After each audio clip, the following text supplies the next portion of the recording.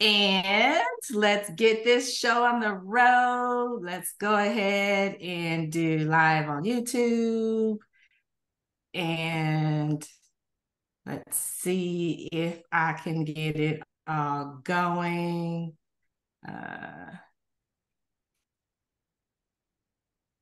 And we will have a wonderful time, everybody.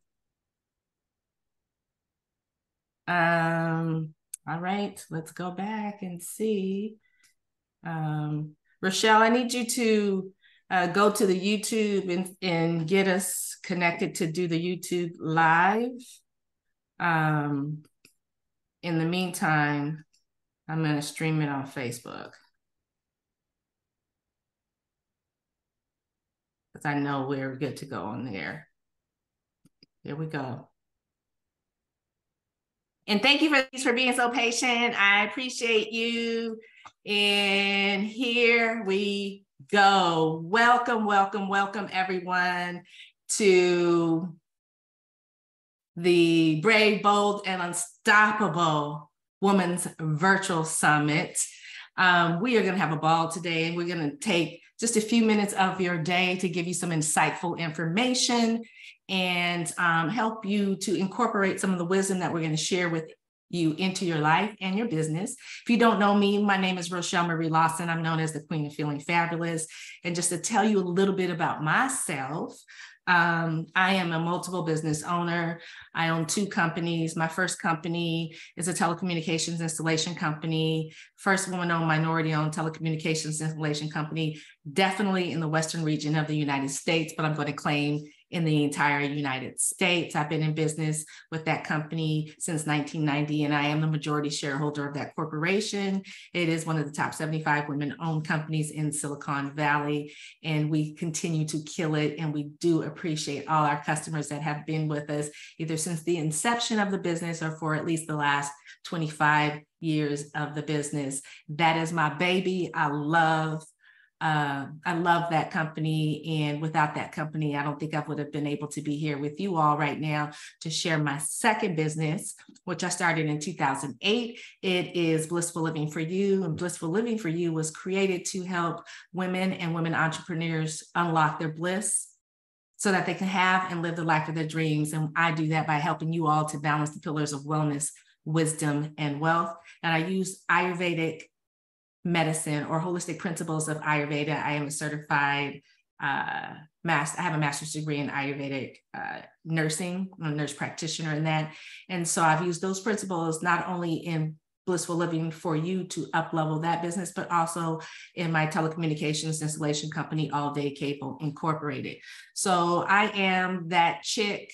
And I'm usually that chick that's in a room with a bunch of guys.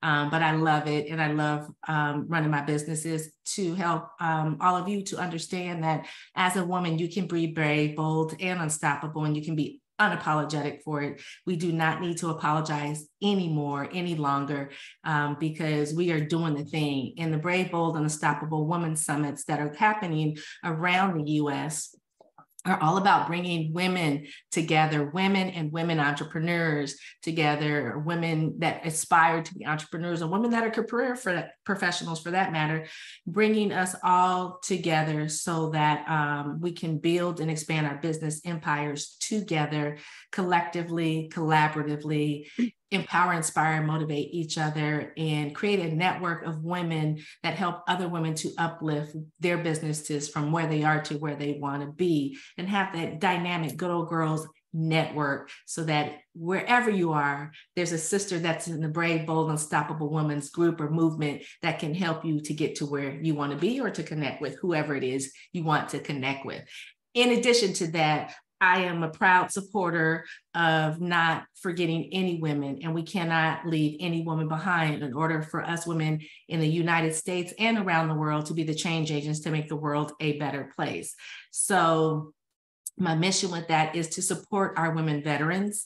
They are our forgotten heroes, and we cannot leave our sisters, our women veteran sisters behind. They have dedicated their time, their service, and so much to our country, yet We don't see them on television. We don't hear their stories. We don't understand the transitions and the difficulties they have from transitioning from military life to civilian life. And so in order for us to collectively come together as brave, bold, and unstoppable women, we have to support every brave, bold, and unstoppable woman. So I am welcoming you to the Brave, Bold, and Unstoppable Women's Virtual Summit. I am going to be your first speaker today, and I'm going to have two other fabulous ladies joining me as speaker. One is Dr. Debra Mrock, and the other one is Dr. Michelle Thomas. And so today, all of you out there watching and looking like, well, what is this Brave, Bold, Unstoppable Women's Virtual Summit all about? It's about helping you all to really uplift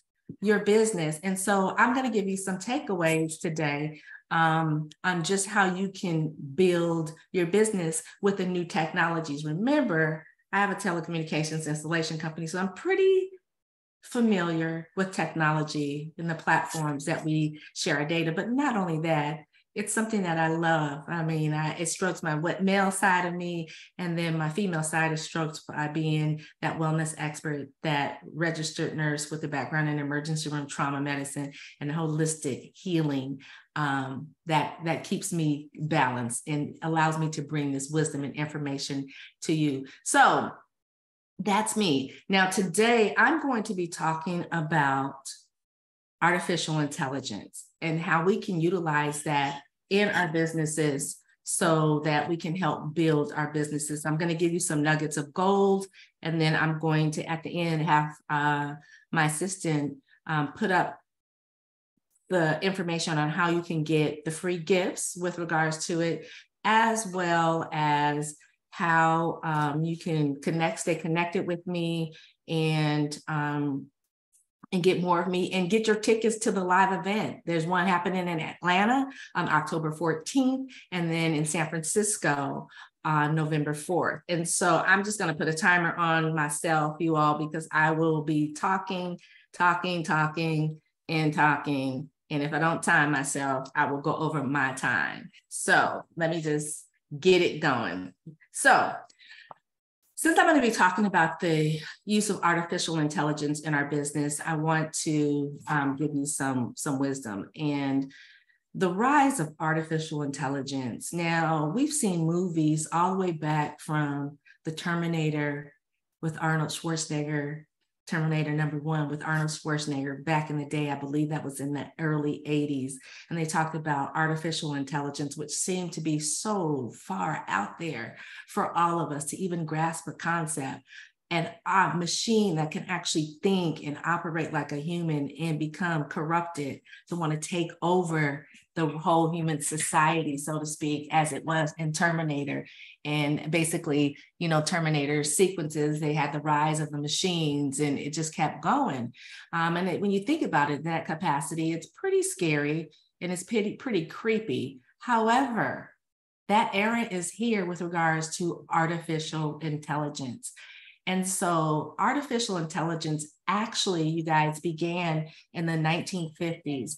The birth of artificial intelligence as a field, the Turing development is what it was called, was used as a measure of machines' intelligences. So it's not something that's new. It's not something that just came upon us within the last few years or even the last couple years.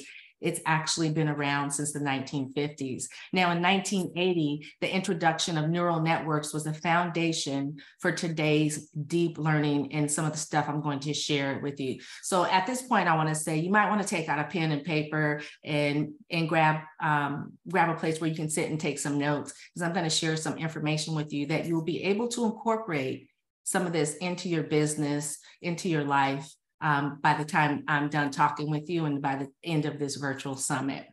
Now in 2010, or around the 2010 area, the breakthrough in deep learning due to advancements in computational power, data availability, and algorithms refinement came about. And this led to the applications such as image and speech recognition with artificial intelligence. Now, I want to share with you some statistical significance when it comes to artificial intelligence. The economic impact, according to the McKinsey report, artificial intelligence could potentially deliver additional economic output of around $13 trillion by 2030, boosting the global GDP about 1.2% a year. That's a huge economic impact on our society. The investment in artificial intelligence, as per Statista, global artificial intelligence software and the global artificial intelligence software market revenues are expected to skyrocket from 10 billion in 2018 to over 125 billion by 2025. Artificial adaptation, the PwC survey indicates that by the end of 2020, which is already passed, 20% of the enterprises had already implemented some form of artificial intelligence, whether it be, simple little things to a little bit more complex things as we evolve going into 2024. And that number is rapidly growing. So here's something I want to share with you. If you're a woman, if you are a woman entrepreneur, if you're a career professional in any gamut of that, housewife, whatever it is, you can utilize this information again to help simplify the processes in your life, the processes in your profession, and the processes in your business effectively and efficiently. Now, real world impact and applications here. In healthcare, which is something I'm very familiar with, I've been a registered nurse going on 34 years, it's be celebrated in 2024, and I'm still licensed as a registered nurse, even though I do not clinically practice in a hospital setting. My background, again, was emergency room trauma medicine. And in the healthcare arena, artificial intelligence is utilized in predictive analytics to forecast outbreaks and the progression of diseases. For example, Google's DeepMind can predict eye diseases with scans. In the retail industry, recommendations like those that have been used by Amazon or Netflix to suggest products or shows based on our user behavior, that's all artificial intelligence. And I want to go back into the healthcare sector. They've been utilizing robotics in surgeries for quite a while now. And those robotics, are programmed, some of them by utilizing artificial intelligence, because artificial intelligence allows that particular aspect to adapt and to learn and to change and evolve with the changing scenarios within the healthcare arena, or for that matter, any business arena. Now, when it comes to finance, in the finance industry, fraud is detected all the time now. And before, people could fraudulently access your account and really jack stuff up for you, right? But now things have become so evolved with the help and the utilization of artificial intelligence that fraud detection is almost immediate.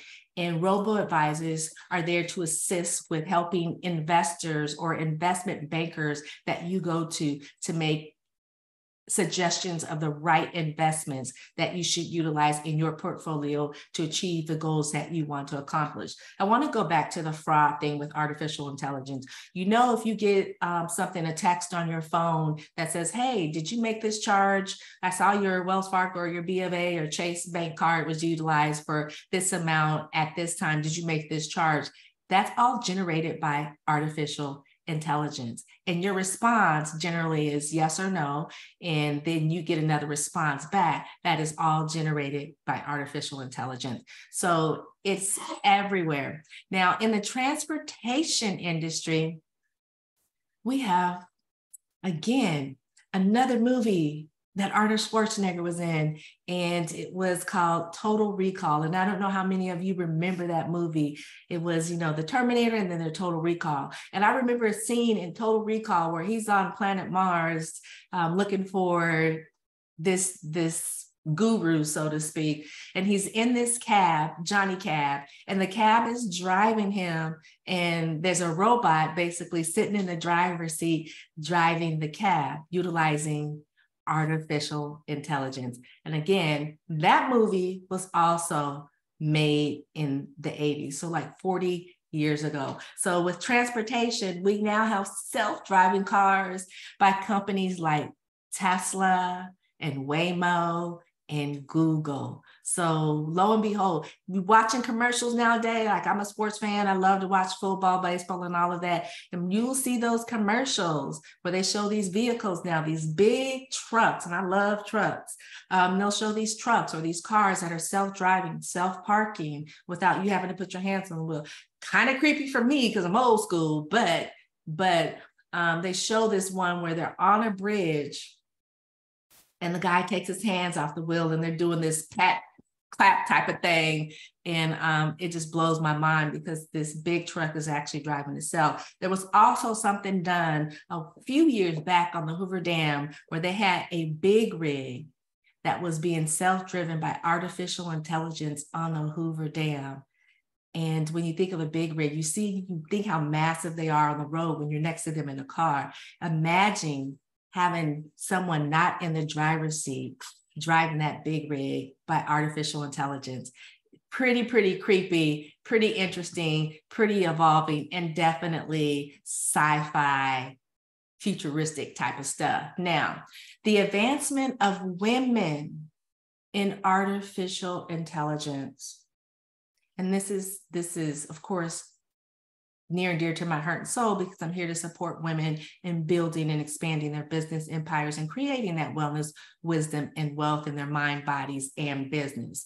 So in the tech sector, which has historically been a gender disparity thing, and I could share a story about my disparity within the tech sector. When I graduated with an electrical engineering degree and set out in Silicon Valley to get a job as an electrical engineer at the age of 21 and a half, and interview with every major quote unquote electronics firm at that time, this is in the 80s, and defense contracting firms because we were still in the Cold War era. And I was told how fabulous I was, how talented I was, how smart I was, how they would love to have me. And then I would hear, but you're going to be working around men that are your father's age.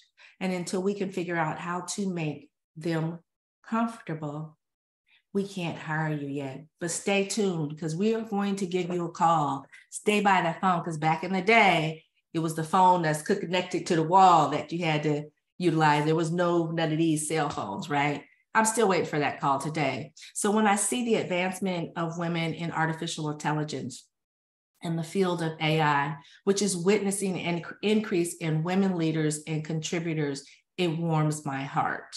It warms my heart because there is not going to be that same disparity it was for me as a fresh person coming out of electrical engineering school that couldn't get a job in Silicon Valley because I was a woman, to having the advancement of artificial intelligence, allowing brilliant, competent, smart, strategic women to be able to enter into the field of artificial intelligence and help others to streamline that aspect within their businesses and to grow things. Now, artificial intelligence is witnessing an increase of women leaders and contributors, and Dr. Fei Lee's work on her work on ImageNet, dramatically advanced computer vision, and Joy Balamwini's research at the MIT Media Lab exposed biases in facial recognition technology. These women are doing some phenomenal things when it comes to artificial intelligence. Women-led AI organizations like Artificial Intelligence for All, or AI, the number 4, ALL, are dedicated to increasing diversity and inclusion in artificial intelligence. Look them up. Again, it's AI, the number 4, and then the letters ALL. So now I'm at to the point where, you might be thinking like, why is artificial intelligence essential for entrepreneurs? Why would we even want to consider, incorporating or utilizing artificial intelligence within our business? And here's something that I want to share with you. Efficiency and scalability That's what the Brave, Bold, and Unstoppable Woman's theme is all about.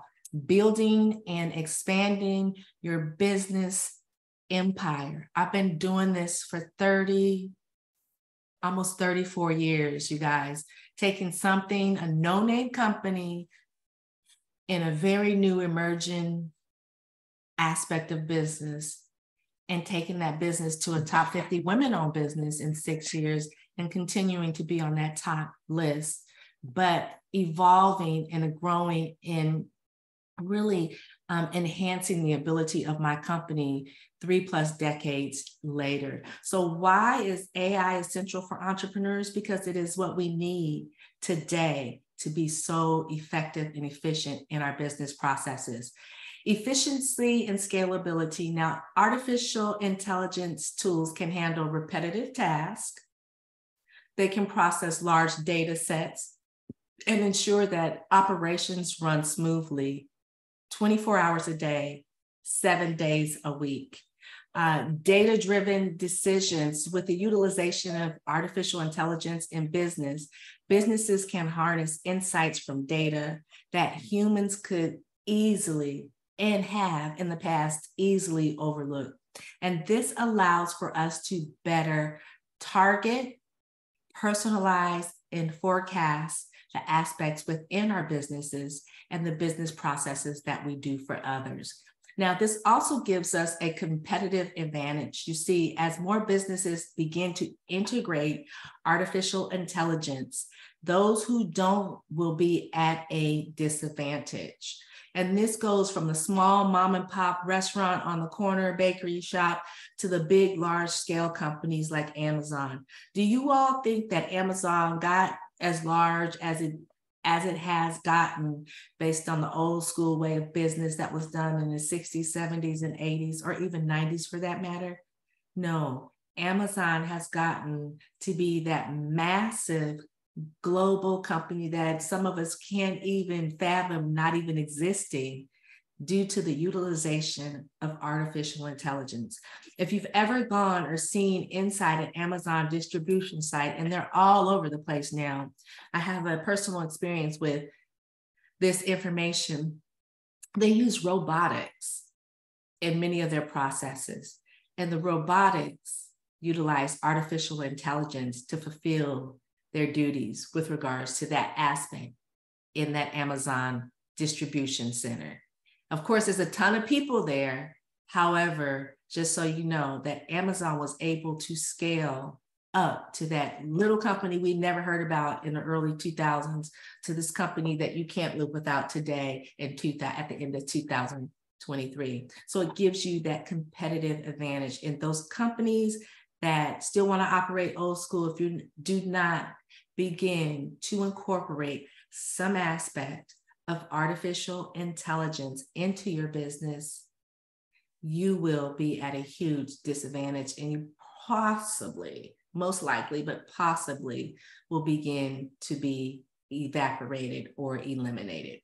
Adopting artificial intelligence ensures that entrepreneurs like you and I stay ahead of the curve, okay? So now what I'm gonna share with you is basically, that was just the opening to what I wanted to share with you about the evolving evolution of artificial intelligence, or as it's sweetly called, AI. I want to now go into giving you some more background and backbone information when it comes to the basics of artificial intelligence. Now, what is artificial intelligence? A simple definition for you all would be that artificial intelligence, or AI, is a simulation of human intelligence in machines, enabling them to perform tasks that typically require human-like thinking, such as problem solving, pattern recognition, understanding language, and making decisions. Pretty deep, right? And again, think about the movie The Terminator or Total Recall, or some of those early movies that came out that utilized or showed artificial intelligence in the 80s. Now, artificial intelligence versus machine learning versus deep learning. artificial intelligence is a broad concept way of learning. AI is an overarching concept of machines being able to carry out tasks in a way we consider to be smart or intelligent. And the applications include some of the things like basic robotics, like the Roomba machine, for example. If you have a Roomba that is a vacuum in your home, that's basic artificial intelligence. Or softwares that can play chess, or software that can, when you pick up your phone and you open up your phone, it recognizes your face. That's simple artificial intelligence. Now, machine learning, or as it's affectionately called now, ML, since artificial intelligence is AI, machine learning is affectionately called ML, is a subset of artificial intelligence. Machine learning allows AI, let me go back. Machine learning is a process and a subset of AI that allows computers to learn and improve from experiences without being explicitly programmed to learn that didactic. However, again, it's a process that continues to evolve, and it will continue to get better, and things with regards to machine learning and the complexities will continue to improve as artificial intelligence begins to creep even more into machine learning. And I hate to keep beating the dead horse over the head, but think about, my friends, the movie The Terminator, how those machines begin to learn human behavior, okay, and how it evolved.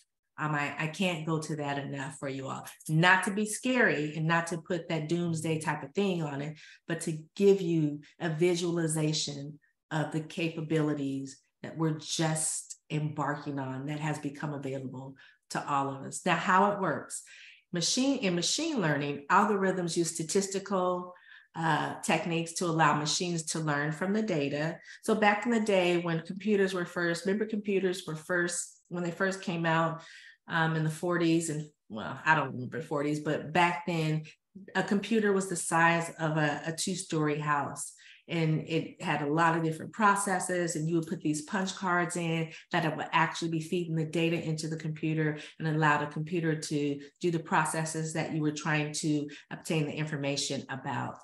Nowadays, over time, the machine has gotten better at tasks and is being fed more data, but it's real simplex. This iPhone here is that 4-story, multi-building, one computer, all in the concept of this iPhone. And the iPhone is now utilizing artificial intelligence, which I just shared with you, in the complexities of our day-to-day life. Now, applications with regards to machine learning, when you think about Netflix or Hulu or Tubi or some of these apps that we have on our televisions that recommend shows, for instance, Netflix will say, oh, we saw that you watched this. You might like watching these. Or, oh, we saw that you were interested in this. You might be interested in watching this or learning about this. Or here's the thing that drives me absolutely crazy. When I'm online and you get all these little pop-ups about ads, and you try to click out of them and you try to eliminate them. And then even though you could do that, there's more that pop up. That's all about the machine learning what you like and what you prefer to look at and what you like to shop and your shopping habits and what your taste is and all of that. So the machine has learned that and utilize a bit of artificial intelligence to keep popping up stuff that they think we might be interested in based on our habits that we have fed into the machine. So that's machine learning. Now, deep learning is a subset of machine learning. And deep learning is the machine learning which is inspired by the structure and function of the brain, specifically our neural networks, our neural pathways. And for those of you to break it down, it's your nervous system, basically. And everything travels along our nervous system, which is this electrical system that has the powerhouse, the brain, which sends out signals to all aspects of our body. And you think about the old telephone lines back in the day where there was a hub, and from that hub, all the transmission lines, where you could see them literally going across. And in some of the movies and things, they show like a little spark and how that spark just travels on these lines and go, that's the neural pathways, a visualization or a rough visualization of the neural pathways within our bodies that are led by our powerhouse, the powerhouse center of all thinking and electronics and everything in our body, our brain. And these neural networks are the algorithm, our algorithms are algorithms that are designed to recognize patterns. Again, what you like, oh, well, you may like this. What you buy, oh, you might like it in this color. Oh, you like these Nikes, you might like these Nikes. Or you like these, you like Range Rovers, or you might like this other luxury car. So it utilizes the patterns that we put into it, and it sends us information based on those patterns. Now, neural networks also interpret sensory data through multiple layers of what is called the deep learning processes. And common applications of deep learning include voice assistants like Siri or Alexa or Amazon or Echo or any of those, image recognition systems and apps that can tag and categorize photos automatically, again, picking up your phone and utilizing the face recognition that's in the phone to open up your phone or unlock your phone. Imagine this, my friends, artificial intelligence as the universe of intelligence by machines. And this is just an analogy that I'm sharing with you. Within the universe, there's a country called machine learning, where machines improve from data exposure. In one of those cities in this country, it's named deep learning. And deep learning have algorithms that take deep dives into vast amount of data using the neural network. And the neural network is created with architectures that extract patterns, much like our brain does. So when you think about AI, and when you think about the analogies and the differentiations between artificial intelligence, machine learning, and deep learning, it's all very well connected. So now, why is AI or artificial intelligence essential for our modern businesses? Here's a couple of things: efficiency and automation, data-driven decisions. No longer do you have to spend hours and hours and hours of doing research, going to the library or Googling it or whatever. You can get this information, and you can make decisions based on the data of the information that you receive, and it gives you a competitive advantage. Now, the definition with regards to efficiency in a business context refers to accomplishing a job or a task with minimum expenditure of time and effort.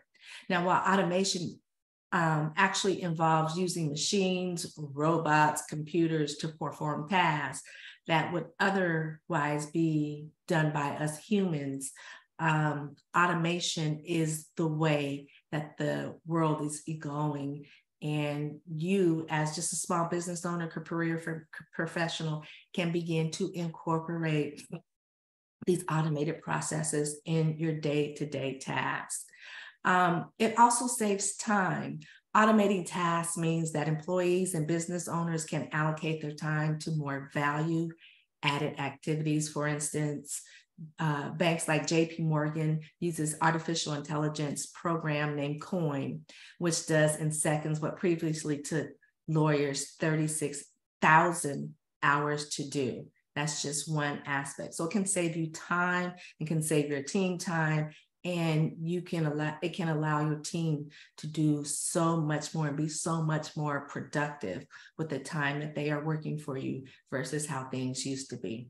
Cost efficiency. In the long run, AI systems can perform certain tasks more cost effectively than human employees, reducing operational costs. And so when your operational costs are reduced, that allows more money to be input into the business for other areas of growing the business and generating more revenue to flow into the business. Now, data-driven decision-making is using verifiable data as a primary factor to inform decisions rather than relying on intuition or observation. And the benefits of this is informed strategies with vast amounts of data that has been collected from many, many businesses. AI can help sort through this data, identify patterns, trends, and insights that might be overlooked by human analysis. This leads to more informed, strategic decisions. Now, predictive analysis, artificial intelligence can forecast future trends, behaviors based on past data. For instance, an e-commerce business can predict products a customer might be interested in, such as buying that Range Rover, or buying those pair of shoes, or buying those Nikes, or going on this vacation or that. And in the next step of the buying process, it can actually enhance sales strategies that will allow that potential customer to make a decision, which may have not happened before because they weren't getting all this feedback about other things that they may like that was similar to something they purchased. Think back in the day, and I'm gonna even just go back to 2000, when you would go to a store, and because the internet wasn't really as it is today, when you would go to a store and buy a pair of shoes or take your kids to a store, buy a toy or whatever, you weren't getting other things that you may like or that they may like. You went and got those shoes, you went and got that, pair of glasses or whatever it was, and that was it.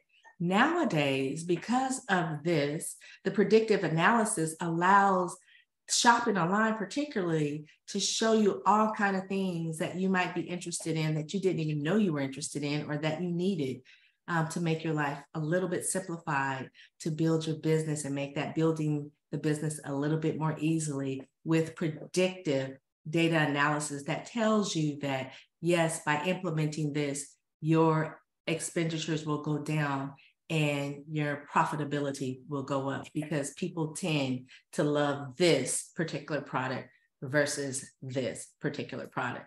Now, risk reduction, businesses can anticipate challenges and mitigate potential risks by relying on data. And again, that predictive analysis, it gives you tons of information. I know back in the beginning when I started Blissful Living for You, which was started as a holistic spa in Northern California where I specialized in detoxification, I tried some other things.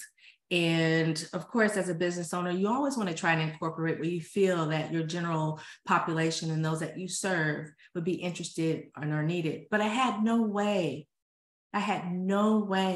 to know that the things that I were incorporating were actually what the things that my potential customers or my current customers desired. It was like a hit or miss or a trial and error, so to speak. Today, I don't have to do that because I have all of this information that I can utilize through artificial intelligence that will allow me to reduce my risk, that will allow me to predict the buying patterns of my customers or my potential customers, and that will allow me to create strategic, informed information to put out there to entice those that I seek to do business with and those that need what I have to offer. And you can do the same as well. Now, examples of businesses that are utilizing artificial intelligence within their business, let me share this one with you. I used to get this box called Stitch Fix, and I loved it because it was clothes and shoes, and I'm a clothes and shoes type of gal. And it was clothing that I loved. I mean, I may have gave some suggestions on the computer, what I liked, I like this, not that, or whatever. But Stitch Fix was founded by Katrina Lake. And Stitch Fix is an online personal styling service that utilizes artificial intelligence and human stylists to curate and deliver personalized clothing selections for their customers. So that box that I was getting, even though I thought, was somebody, just a person that was like getting these orders in and she likes this and she likes that, was actually being curated by the use of artificial intelligence based on just a couple of questions that I would answer. And then it was being fulfilled again by artificial intelligence. You see, AI analyzes the customer's style preferences, sizes, past choices, and ensures each box is tailored to the individual's taste. So I'm thinking that the person, the stylist was doing this on just the whim of just, oh, I think she would like this, but it was actually, she or he was utilizing artificial intelligence based on my style, my taste, my sizes, and past decisions that I made when I shop.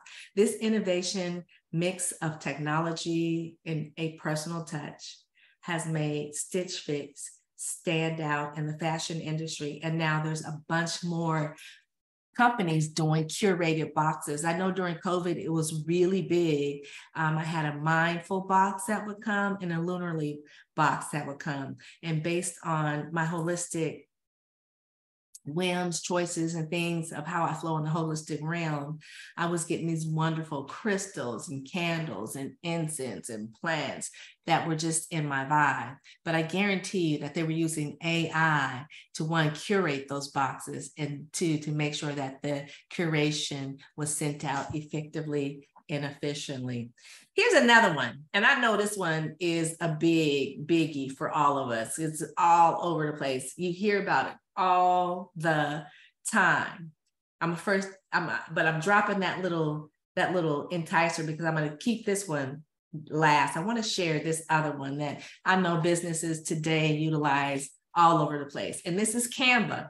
Now, Canva was founded by Melanie Perkins, and Canva uses artificial intelligence to simplify graphic design. For instance, its magic resize feature automatically adjusts designs to fit various platforms.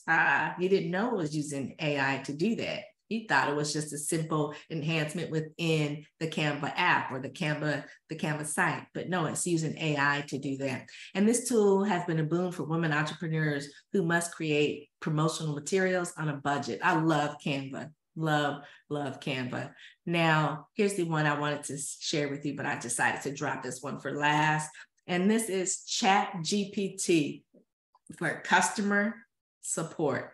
Now, can I get if you have utilized ChatGPT, can I get a show of hands or something in the chat, or if you're familiar with it, if you've heard of it, let me know, because this is a big one and it's been out there and it's out there all over the place. But ChatGPT for customer support is phenomenal. You know, you see small businesses can't always afford to have a 24/7 customer support team.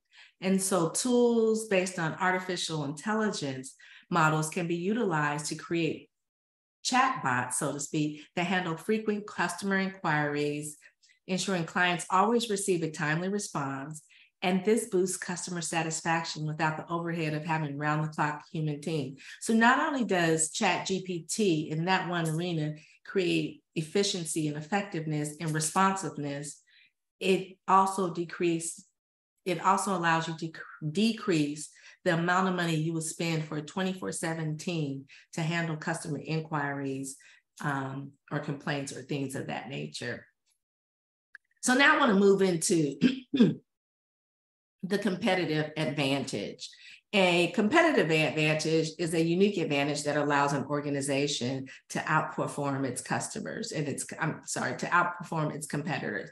I've done that, and I know we've all done that before the advent of artificial intelligence. But examples of women that are utilizing artificial intelligence to gain a competitive advantage is, here's one company, The Helm. While not an artificial intelligence tool, it's a venture capital firm focused on female-founded startups. One of their significant investments is the brand Neuro. And Neuro is an AI-powered headband that aids meditation by providing real-time feedback on brain activity, so women entrepreneurs can draw inspiration from such innovative applications of artificial intelligence in their products every day.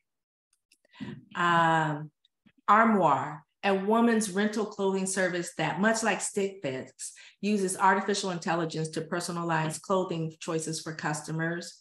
Founded by Ambika Singh, Armor caters to professional women offering high-end styles without commitment of purchase. Zebra Medical Vision, co-founded by Eyal Toledano. Zebra's AI algorithms read medical scans and help doctors detect disease such as breast cancer at early stages. And given that women are the primary users of some of these medical services, it is relatable to having AI's potential positive impact on women's health. It's very, very, very good for all of us women when it comes to having a scan, being able to determine certain things that a doctor's eye could not see by the use of artificial intelligence. Now, some of the benefits, staying ahead in an ever-evolving technological landscape, businesses are able to adopt artificial intelligence early on and stay ahead of their competitors by offering innovative solutions or improved customer experiences, which I just shared with you.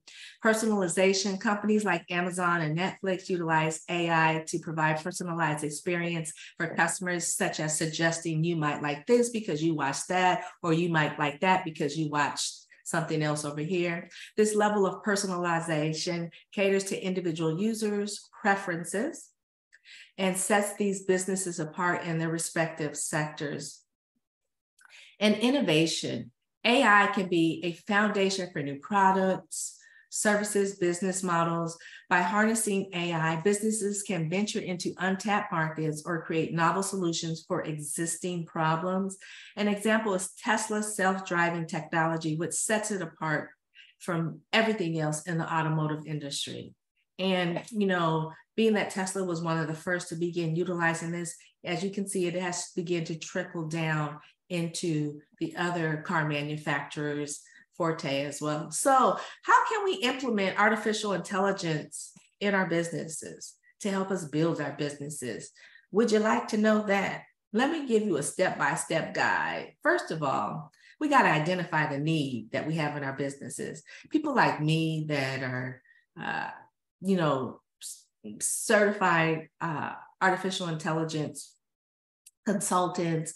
That's just an aspect I do within my businesses when I work with my clients to help them, again, create that wellness, wisdom, and wealth that they desire is wonderful. And before diving into the world of AI, businesses need to understand where artificial intelligence can make the most improvement and have the most value for them.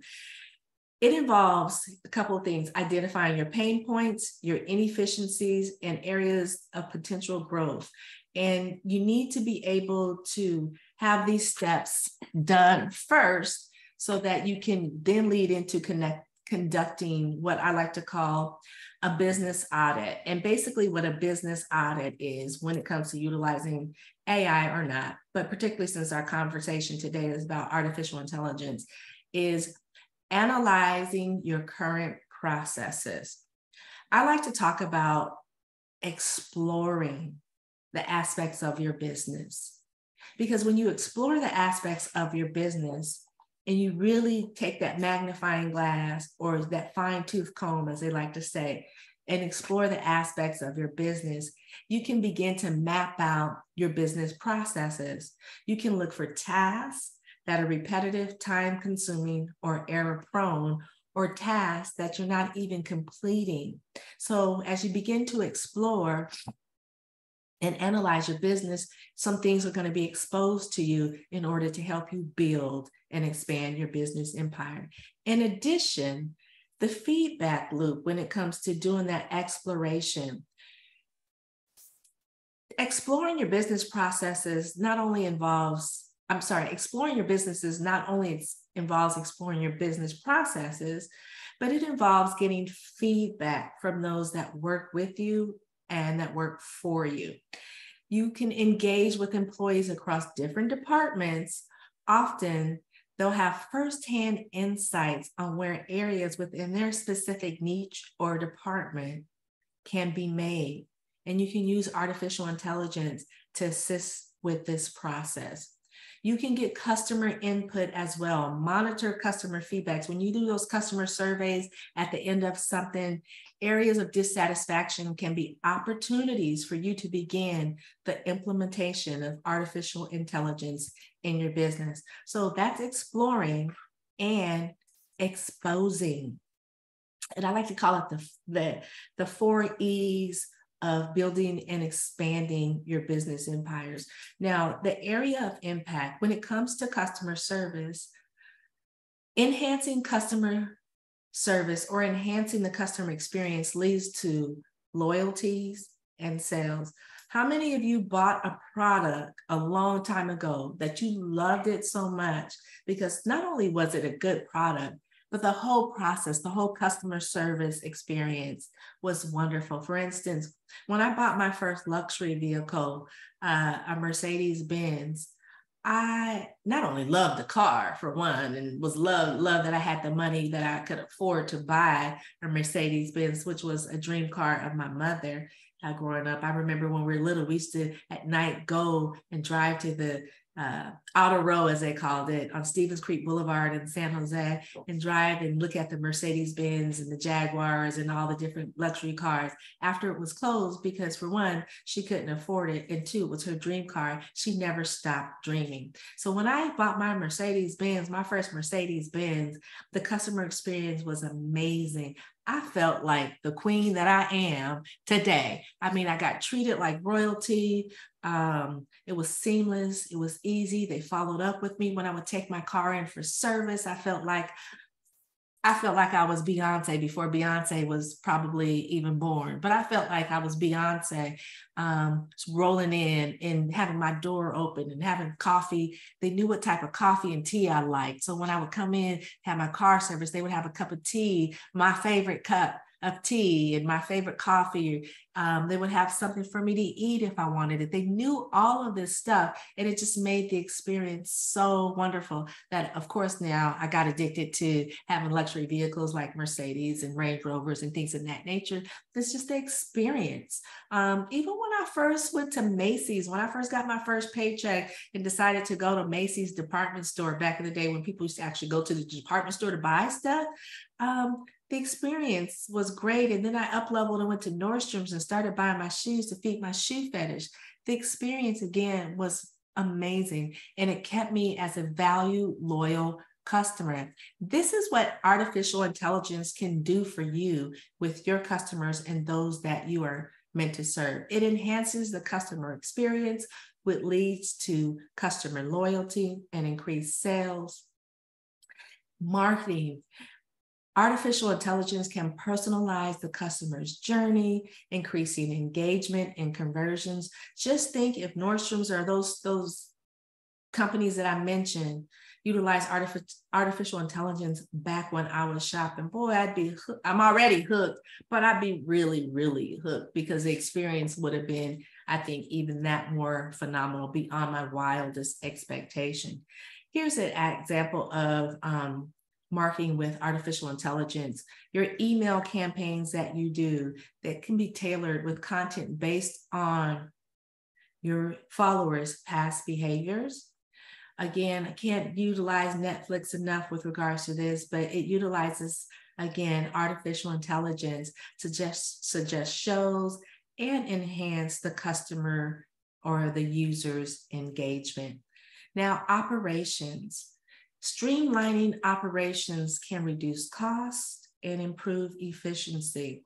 And this goes again to what I just talked about, the first E of exploring and the second E of exposing.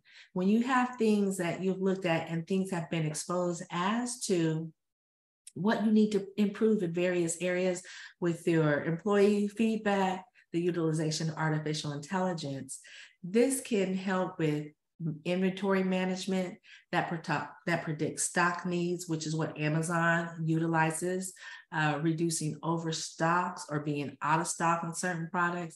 Now, H&M, the store H&M, another one of my favorites. I'm sorry I'm putting all these clothing and shoe things in here for you guys, but another one of my favorite stores is H&M. And H&M uses artificial intelligence to analyze store returns, receipts, and loyalty card data to tailor merchandise for each store's forecasted fashion trends. If you notice, if you go into two H&Ms on two different ends of the town, they may have some products that are the same, but they'll have different products that caters to that area's buying trends and the buying predictability. Not only does H&M do that, all of the stores do that. So you know how you can go to one store, they have it, you go to another store across town, they don't have it, they have something completely different.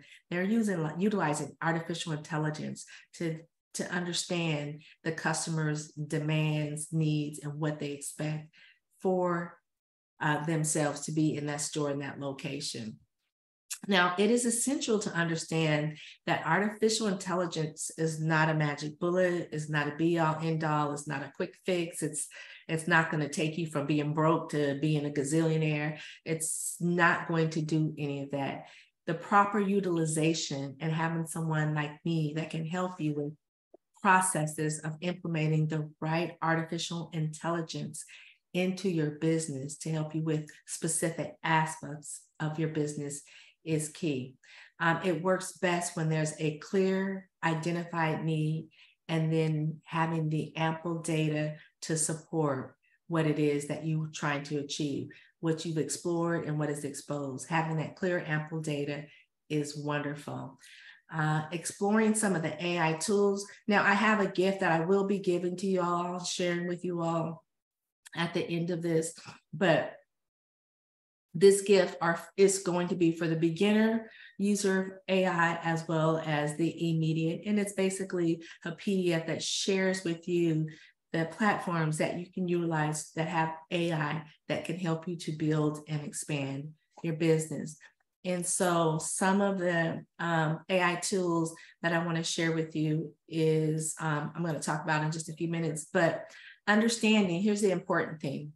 Understanding which tools are available and appropriate for your business needs is crucial, because not all of the artificial intelligence tools out there do you need to use. More may not even be appropriate for your business. So thankfully, many AI tools are designed to be user-friendly, and you don't even have to be a technical guru or electrical engineer or anything like that to utilize these tools as an entrepreneur. A general platform for AI users that are beginners are some of Google's auto ML tools, auto ML tools such as Google Cloud. Auto ML allows users to train custom machine learning models without coding. So they learn your habits, they learn what you are looking for without having to code. It's designed for businesses that want to leverage machine learning but may not have the technical expertise. IBM's Watson, known for its versatilities, offers a suite of artificial intelligence tools that can be used with everything from chatbots to data analysis. Watson Assistant, for example, helps to create conversational interfaces like chatbots without coding. So the beautiful thing with some of these is back in the day, you needed to have someone that had an expertise in coding to be able to program the codes into your system, your processes to kind of run efficiently and try to get what you're trying to obtain. These tools, Google Cloud, Auto ML, and Watson, allow you to utilize them for your businesses without the need to be able to have to code them or to hire a coder to incorporate what they do for you in your business. Another one for beginners is Monkey Learn, and this is ideal for those looking to delve into natural language processing. It helps in text analysis, allowing businesses to extract valuable insights from textual data. Something like Grammarly, which looks at how you write and pops up when you haven't written something grammatically correct or is misspelled, is something simple. Again, you can utilize that in your writing with your business, but you do not need to have coding experience to incorporate that into the processes of your business. Now, specialized tools for different sectors come into play here, and Shopify's Kit for e-commerce entrepreneurs. Kit is what it's called. It's the artificial intelligence aspect of Shopify. Acts as a virtual employee. It can recommend and execute marketing activities, manage inventory, handle basic customer service inquiries. Cookie Chatbot is designed for websites and online stores. Now, Cookie utilizes machine learning to improve its interaction over time. So the more you use it, the more the machine learns and the more it's able to do for you with regards to how you ebb and flow with your whatever it is you're using it for in your business. Now, Cookie is an excellent tool for businesses wanting to enhance online customer experience and online customer interaction without a steep learning curve. Steep learning curves can be costly and expensive, and sometimes the information you get is not going to allow you to efficiently and effectively build and create additional revenue streams. But Cookie Chatbot allows you to do that without having that steep learning curve. And so you get to enhance your customer online experience without spending money on things that don't necessarily work for that customer online experience. Xero, spelled Xero, is while it's fundamentally an accounting software, Xero utilizes artificial intelligence to automate tasks like bank transaction categorization. And this is ideal for customers in the service sector who need to be efficient in their financial management. Now, all business owners need to be efficient in their financial management. However, some businesses are focused on that financial management and have customers that come to them for financial management. So financial management tools like Xero are wonderful, wonderful to use. Crimson Hexagon for businesses that rely on heavy social media marketing. This platform uses artificial intelligence to analyze audiences, track brand perception, and observe competition. Again, I'm going to call you out on this one. Crimson Hexagon. If you're not using Crimson Hexagon in your social media management and social media marketing, you best want to check this one out after this virtual summit. This will be a game changer for you in that arena. And it's particularly useful for sectors like fashion, entertainment, and hospitality. So not saying that it can't be used for all sectors, but it has been shown to work the most effective for fashion, hospitality, and entertainment. Now, tips for exploration. Free trials and demos are available on most of these platforms. They all offer some type of free trial or demo, and you can utilize this to gauge the use of the tool, how it aligns with your business. Is it going to be strategically easy to incorporate in your business? Is it user-friendly enough for you or someone on your team to utilize? They offer customer support. Now, many platforms offer this, but you want to look for the platform with the most active user community or the most robust customer support. As a non-tech entrepreneur, having access to assistance can be an invaluable tool. And if you are using an AI tool that has community and customer support that's robust and supports you in your growth in the areas that you tend to want to utilize it in your business, then that's key. Scalability. Consider tools that can scale your business. As your operations grow, you want your artificial platforms, your artificial intelligence platforms to be able to grow with you as a business. Now, let me talk about integrating and training for a moment. For AI to be effective, it requires a foundation built on sound data and an understanding how these systems learn and how they adapt to you and your business over time.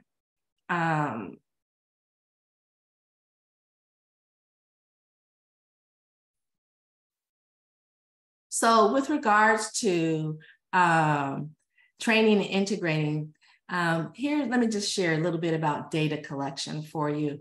The foundation of artificial intelligence is data collection. AI uses data to be able to perform for you. So the data that is inputted into it allows it to perform exactly what is input and it spits out what you need with regards to the data that's input. The quality and quantity of this data can determine the success of your artificial implementation. Sources of data, businesses can utilize customer feedback, transitional history, website interactions, website visits, communication, and even social media engagements. External data sets might also be integrated depending on AI's application, and data privacy, which is huge nowadays and will become even more huge as this area of expertise in technology expands astronomically. Emphasizes with regards to data privacy are just key. And I want to say to all of you, you definitely want to protect your data, no matter if it's your business, personal, dogs, cats, whatever, you want to protect all your data. So emphasize the importance of ethical data collection. It ensures that data is collected with user consent and complies with regulations like GDPR or CCPA. So AI can do that for you. Now, training. The concept of training with regards to training on AI model is akin to teaching a child. You can provide it with examples, data over time. It learns to recognize patterns. It learns to recognize predictions. It can make predictions for you, and it can execute tasks. During training, an artificial model is fed data and it produces an output. So you put the data in, it produces an output for you. You ask it a question, it gives you an answer based on what that question is, right? So the output is then compared to a desired outcome that you are looking to achieve. And the model adjusts itself based on any errors. This is done integratively until the model performs satisfactory. So basically, you can keep putting data in. For instance, you can go into something like ChatGPT and ask it a question, and then it'll spit out an answer for you. And if that answer really isn't what you're looking for, it really didn't hit the home run, or it's not really spot on, you can ask it to expand, or you can tweak your question to say, you know what, I really am looking for this. For instance, can you give me information about the latest Mercedes SUVs, the GLE class, and the capabilities they have with regards to doing off-road stuff? Now, who would take the Mercedes off road that's a whole nother question, but I'm just being facetious with it. And it gives you an answer. Yes, the Mercedes GLE is capable of, has off-road capabilities, blah, blah, blah, blah, blah. And you're like, well, no, I'm really looking for this. So you can say, well, Chad, I'm really looking for what exactly can I do with my Mercedes GLE when I take it off-road? Can it go over these boulders of this size? Can it go through water this deep without being, you can get real specific to get the information that you desire. So the more data you put in it, the more specific the data aspects of what comes out can be for you. And this goes, again, with regards to your business. And you can get real world analogies with regards to things.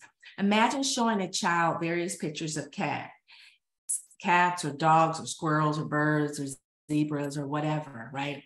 And over time, even when presented with a picture of the cat they've never seen before, they still recognize that as a cat or a dog. Simply after seeing enough data, artificial intelligence can make informed decisions or predictions about new unseen data for you.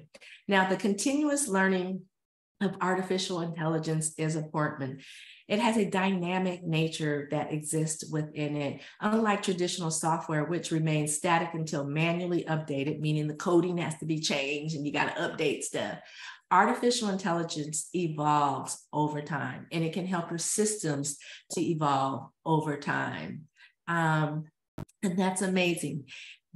Your systems can learn from the new data, and it can help to improve the accuracies of what you do and the utilities of how you flow over time. This one is really interesting to me, the feedback loops. It is essential to set up a mechanism where AI's performance is continually monitored and adjust it. Let me rephrase that or say that one more time. It is essential to set up mechanisms and processes where artificial intelligence's performance is continually monitored and adjusted. And this ensures that the system remains effective and up to date for you and what you are utilizing, how you are utilizing it in your business to grow and expand your business. Adapting to change as businesses evolve, and so do market conditions. An AI tool that continuously learns can adapt to these changes, ensuring that it remains relevant and useful to how you want to utilize it in your business. Now, the monitoring and adapting part of utilizing artificial intelligence is amazing. And this journey with AI doesn't end once it's integrated into your business. It continues to oversee and ensure that the tools within the AI systems that you're using remain effective and aligned with your goals. Consistent effectiveness, like any business tool, if artificial intelligence isn't delivering the expected result or the return on investment, it's crucial to understand why. And again, that's exploring and exposing. Monitoring can highlight areas where artificial intelligence might be underperforming or where there's a misalignment with business objectives. Artificial intelligence decision can impact your customers, stakeholders, and the business's bottom line. So you have to continually monitor and ensure that the AI that you're utilizing, the AI system that you're utilizing operates at a trustworthy and reliable level. And you need to be able to make adjustments and pivots if it's absolutely necessary that it's not doing that for you. And business landscapes and patterns change over time. When I think about when I started my business back in the early 1990s, 1990, late 1989, and how it is today, those businesses, patterns, landscapes, and everything has changed. We went from no internet, no cell phones, to cell phones, from pager cell phones, internet, to having data available at the whim of our hands, right? So monitoring ensures that your artificial intelligence is working based on the latest trends and not becoming outdated. Emotional or gut feeling decisions can lead to businesses going and doing things that, again, do not bring a return on investment and can lead businesses down rabbit holes. And we've seen a lot of businesses do that have come and gone because they didn't objectively monitor what they were doing. And so they made decisions that didn't sit right. However, artificial intelligence provides data-driven insights, ensuring your choices are backed by tangible evidence. And it's this tangible evidence that will help you to implement the things that you need to build and expand your business.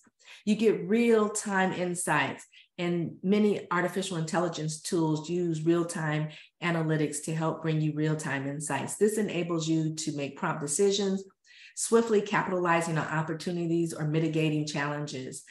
Artificial intelligence with predicting analytics can provide foresight into market trends, customer behavior, operational challenges, allowing businesses to prepare and strategize effectively.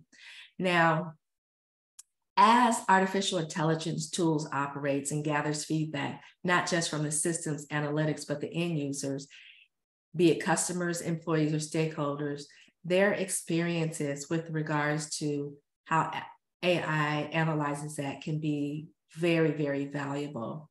Adapting to this feedback, particularly if you have a particular strategy that you're driven by utilizing artificial intelligence by yielding results, or if there's a consistent feedback about a certain AI-driven process, then you may need to adapt to it, either take it out, change it, upscale it, tweak it, whatever it is, but this feedback becomes valuable. The model may need to be retrained sometimes. However, that's easy to do when you have an expert like me that's certified in it, but that's easy to do for you with just a small tweak and a change in a tool that can allow you to be more adaptable to get to the results that you desire to get. And embracing change. The world is ever changing, and the world of artificial intelligence is ever evolving. New algorithms, better models, or even more efficient and effective tools are beginning to emerge.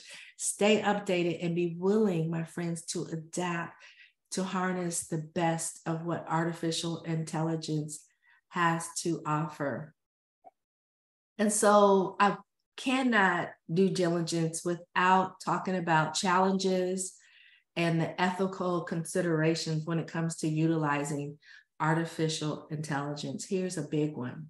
The potential pitfalls can be the over-reliance on AI.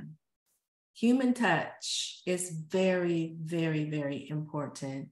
And while utilizing AI can enhance many aspects of your business, it should not fully replace human touch. For instance, while a chat box can handle basic queries, complex or sensitive customer concerns, often require a human's intuition and empathy, which right now, I hate to say it like that, but right now AI doesn't have. Having that false confidence, AI provides data-driven insights, but blind trust can lead to oversight. For example, a financial AI tool might suggest specific investment routes, but without human discernment, these could be very prominent mistakes that you make when it comes to economic trends or involving market segments. Biases in artificial intelligence, the origins. Yes, AI learns from the data it's trained on. If the data contains biases due to historical, cultural, or systemic factors, the AI might perpetuate or amplify these biases. For instance, a human resource AI tool trained on bias recruitment data, such as me being a female trying to get a job as an electrical engineer in Silicon Valley in the 80s, might favor something different with regards to that hiring for that position. And so you want to make sure that the specific demographics within the components of the data that you put into your AI system is fairly adjusted and always monitored. Mitigation, actively seek diverse data sets and ensure that the data's integrity is just that. It's data with integrity. Employ tools or techniques to identify and rectify any biases in AI training sets. And it's not just about having more data, but having the representative data that represent your business and the outcomes that you seek and desire for your company. Data privacy concerns. As we know in this evolving world that we live in, data privacy is huge. With increasing awareness about data rights, businesses need to handle data responsibly. If customers feel that AI algorithms misuse their data, misuse their trust, the brand can erode quickly and your business can really go into a tailspin downward instead of upward. The regulatory implications. Now, several jurisdictions such as GDPR in Europe or CCPA in California have strict data protection regulations. Non-compliance not only risks customer trust, but it also can lead to legal repercussions as well. Nobody wants any legal troubles when it comes to any of this. So be responsible when it comes to utilizing AI in building and expanding your business. And transparency. Businesses should be transparent about how they use AI data. Clear communication regarding data usage, storage, and the purpose can alleviate customer concerns.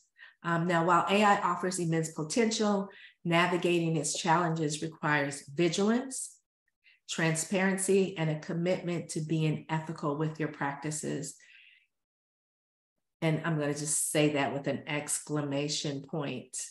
Now, when it comes to ethicalness, I'm going to take it a little deeper for you all when it comes to AI. Trust and brand image is huge. And when trust and brand image is tarnished, your business can have a downward spiral very quickly. For businesses using AI ethically, it isn't just about avoiding pitfalls, it's about building trust.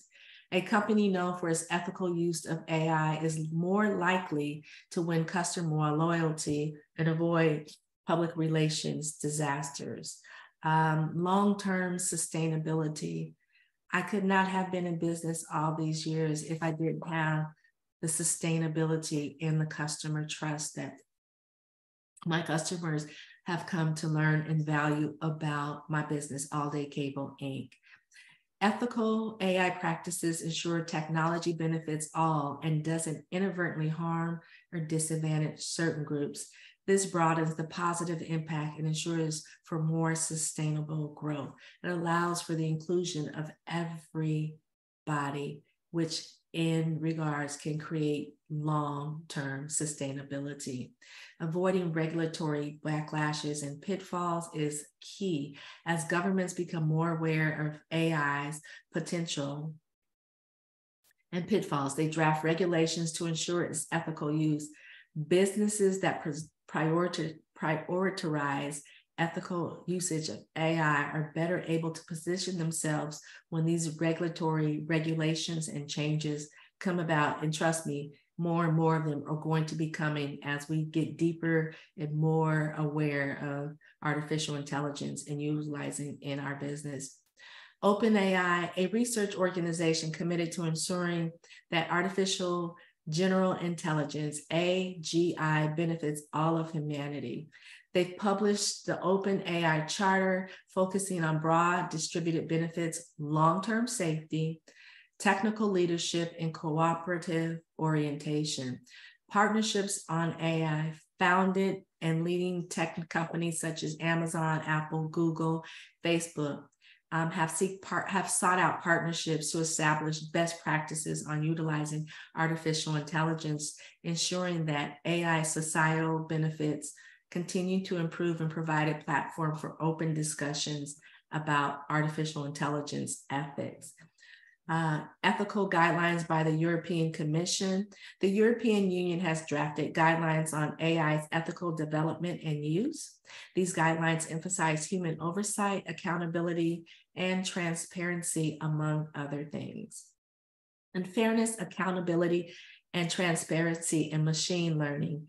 An organization that hosts workshops, conducts research, on understanding and improving machine learning system fairness and accountability and transparency are and have been put into place when it comes to the ethical standards and regulations about utilizing artificial intelligence.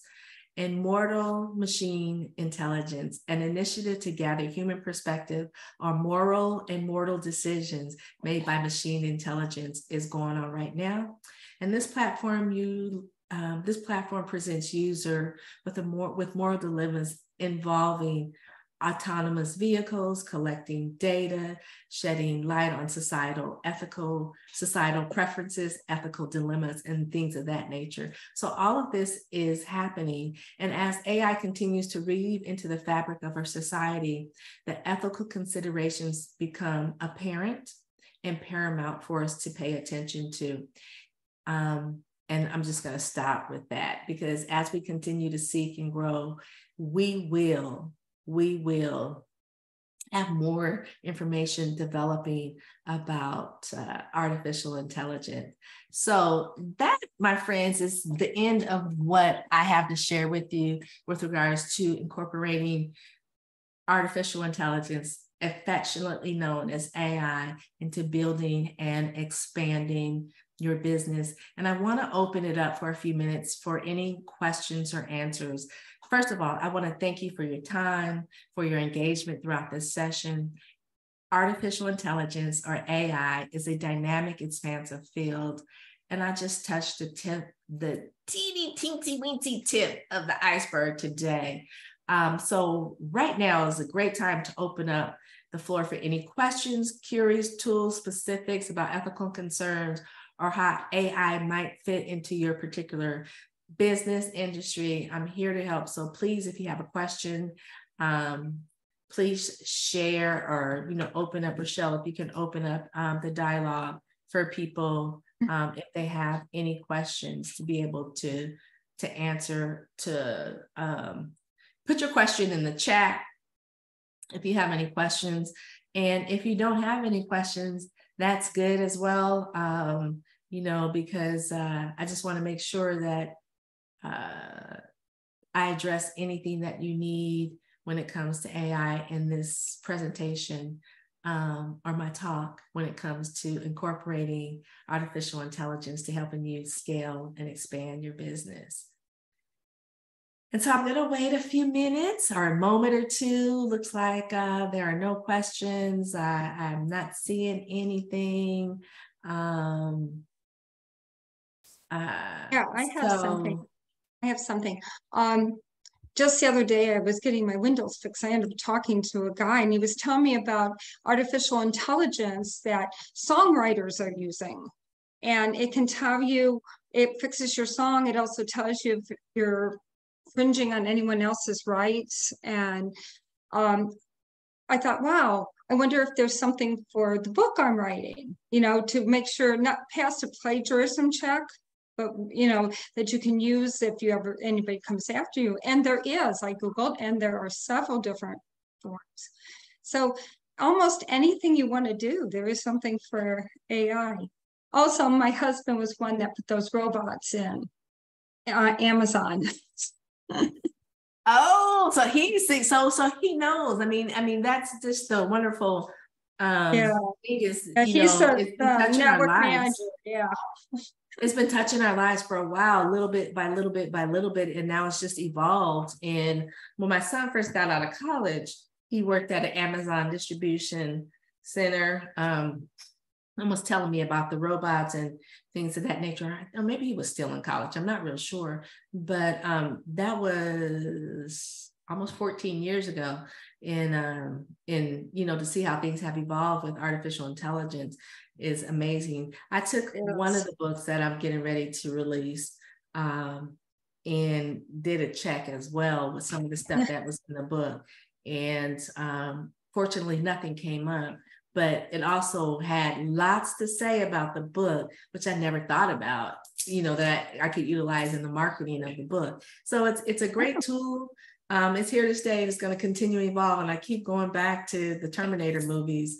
I can't share enough about the visualization of the movie that is now, hopefully not to that extent, but has become a reality with regards to all the stuff we've been doing. And the amazing thing is, when I was doing the research on artificial intelligence, I had no idea that they were using this as early as the late 1940s. So it's been around, and it's just expanded into, like I said, from that whole block of a room that's full of computers that was just really one computer to this little iPhone. Right. I remember. It's amazing. All right. So thank you, Dr. Mrock, for, you know, for your remark. I appreciate it. Now, I just want to close up my talk and say, in today's digital age, integrating AI into your business isn't just it's not a luxury. It's absolutely it's absolutely a necessity if you want to build and expand your business. This, as with any journey, is the first step. And the first step is always the hardest step to take. The world of AI might seem vast and complex, but remember, every big change starts small. And the key is just to begin. And again, if you are interested in artificial intelligence, how you can utilize the various tools within your business to help you build and expand your business empire, whatever that may be, wellness, wisdom, wealth, please reach out to me because I can help you with that. Again, I'm certified in artificial intelligence and have put that, just recently got that, and I'm putting that out there for anybody that wants to learn how to scale their business and incorporate this technology to help them to do that. Now, for all of the wonderful women entrepreneurs here, I encourage you to take the first step. Perhaps it's just a simple chat box for your website, or use AI-powered analytics to understand your customers better. But whatever AI tool you use, let it evolve and let it grow as you evolve, shaping an innovative, efficient, and ethically sound business for you. And to help you on this journey, I'll share some beginner-friendly AI tool platforms and resources and some intermediate AI tools and platforms and resources that can be the starting point for you. They offer insights into how you can harness AI's potential. They pave the way for future technology that can help you, again, build and expand your business. And it's something that you can have handy for you that will allow you to do that. So if you can, Rochelle, I'm not sure if you are able to do this, but if you can share the PDFs available on the screen, that would be wonderful. In the meantime, while she's doing that, I'm going to see if I can bring him up a little bit quicker and be able to share these tools with how you can, here we go.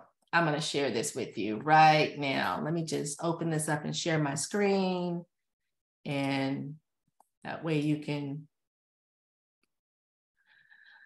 since she wasn't able to do it. Okay, so what we have here is an invitation to you all to, if you're in Atlanta area, come join us live at the Atlanta Summit, the Brave, Bold, Unstoppable Woman Summit happening in Atlanta on Saturday, October 14th from 9 to 5 a.m. The Hyatt Regency in downtown Atlanta on Peachtree Street. There's a QR code you can scan to register. It's, some of the speaker graphics that you can see who's speaking, and it's going to be a phenomenal day where you'll get information on how you can build and expand your business empire. So I'm going to leave that there for another 30 seconds. And then if you're interested in getting the free gifts, that the beginner-friendly AI tools and the intermediate-friendly AI tools, I'm going to pop that up for you as well. If you can see it, you can go and scan that as well, the QR code for that. But I'm going to just scroll up so you can see that. Again, here's the top one is if you're in the Atlanta area, you want to join us, still time to get your tickets and join us. We want the event sold out, and we've got some amazing speakers from myself, Dr. Mrock, Frederica, Vernice Amour, known as Fly Girl, one of the first African-American female combat pilots, Dr. Crystal, Jenny, Libby, and so you gotta come join us if you're in Atlanta and you're ready to build and expand your business. Here are the free gifts that you can pick up: the beginner-friendly AI tools guide for women entrepreneurs and the intermediate AI tools and strategies for women entrepreneurs. Scan that QR code and pick up those free gifts. You can begin utilizing and incorporating AI tools into your business today. Now, below that, if you want to stay connected with me, here's all the ways you can do that. I'm on Facebook, Twitter, which is, I guess, known as X now, Instagram, LinkedIn. You could go to my YouTube channel. You can go to the website, and you can get an advance notification of my soon to be released book, 365 Affirmations for a Year of Bliss. And the other book that's coming out very soon after that is the Unstoppable Woman's Manifesto. So I'm gonna leave that up for another 5-10 seconds.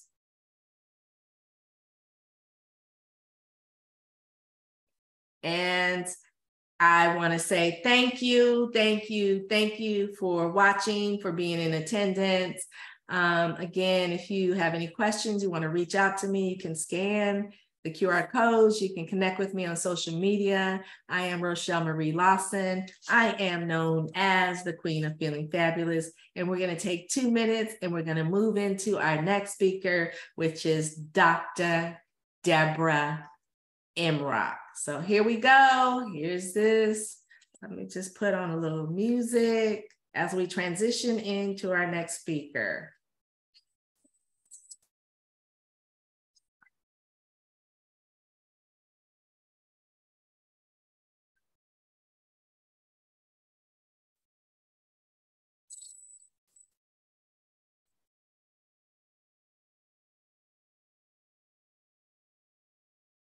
Thank you, everyone. I appreciate you.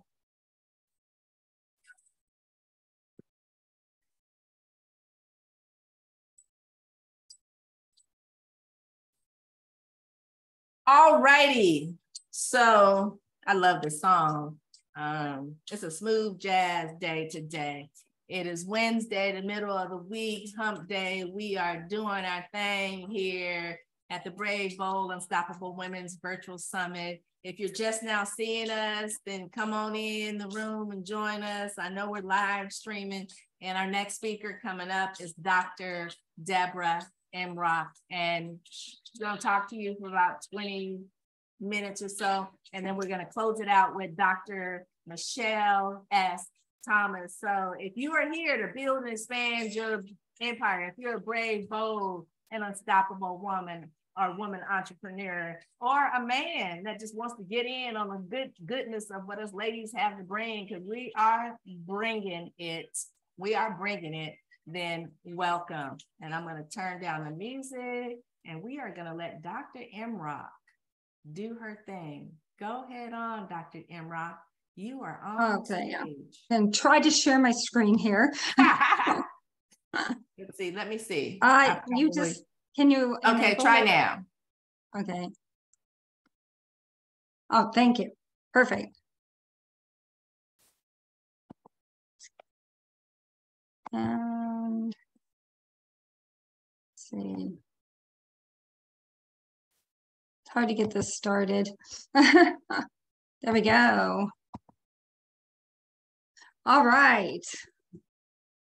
Wow, a lot of information there. Whoa. I'm going to bring it back a little because my head's already full of so much ideas. I can't wait to get started. But what I'm going to be talking about today is shattering lies you've been told until you find your dream. And basically, I ask, what are you waiting for? I ask myself that. What am I waiting for? Too often I've hesitated going forward and doing things. I would have these ideas and then I would just hold back. And a lot of times it's our fears. It's maybe lack of knowledge. Maybe it's just procrastination that holds us back. But we're going to go in to find out what these things that are personally holding you back and building that new business, getting to that sweet spot where you got that feeling, I've arrived. I'm there. I'm where I'm supposed to be. I'm doing what I'm supposed to be doing. It could be starting a new business, expanding one, taking it out of your kitchen table and taking out into the world with employees. It could be starting a ministry. There's so many things out there. It could be starting anything that you know, like an advocating society that's going to advocate for people. There's so many things that are inside of us, but we're sometimes afraid to go forward. But before I get into all that, I'd like to show you my children. Actually, those are my fur babies. Oh, yeah, I know. Fun fact, I wish this is all I had, but I actually have, between my husband and I, 5 kids and 14 grandchildren. I will be working forever at something to pay for Christmas and birthdays. Okay, there's a song in Sound of Music, and it says, climb every mountain, search every sea, and follow every rainbow till you find your dream. Well, that's a beautiful thought, but how do we actually do that? How do we follow those rainbows? Find that pot of gold at the end of it. Well, what it involves is transitions. Life's about transitioning.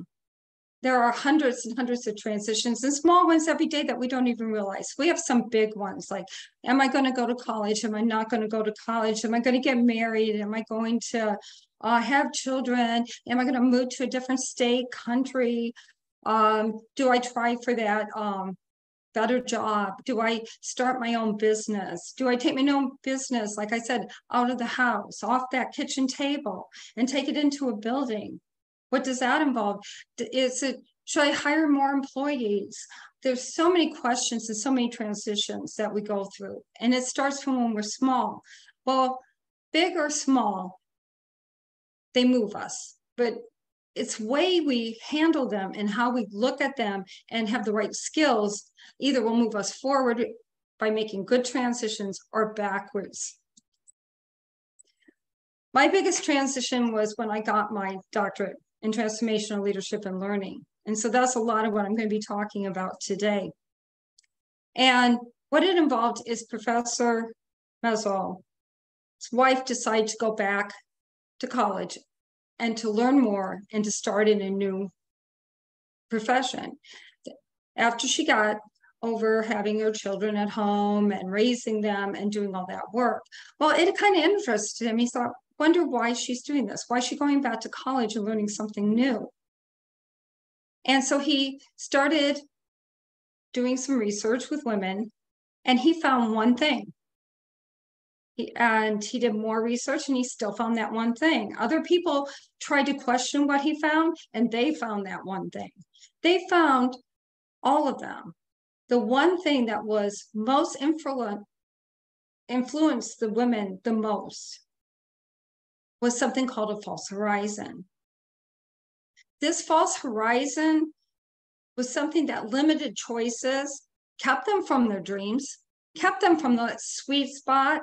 You know, that spot where they're standing and saying, yes, I arrived, I was born for this. It limited what they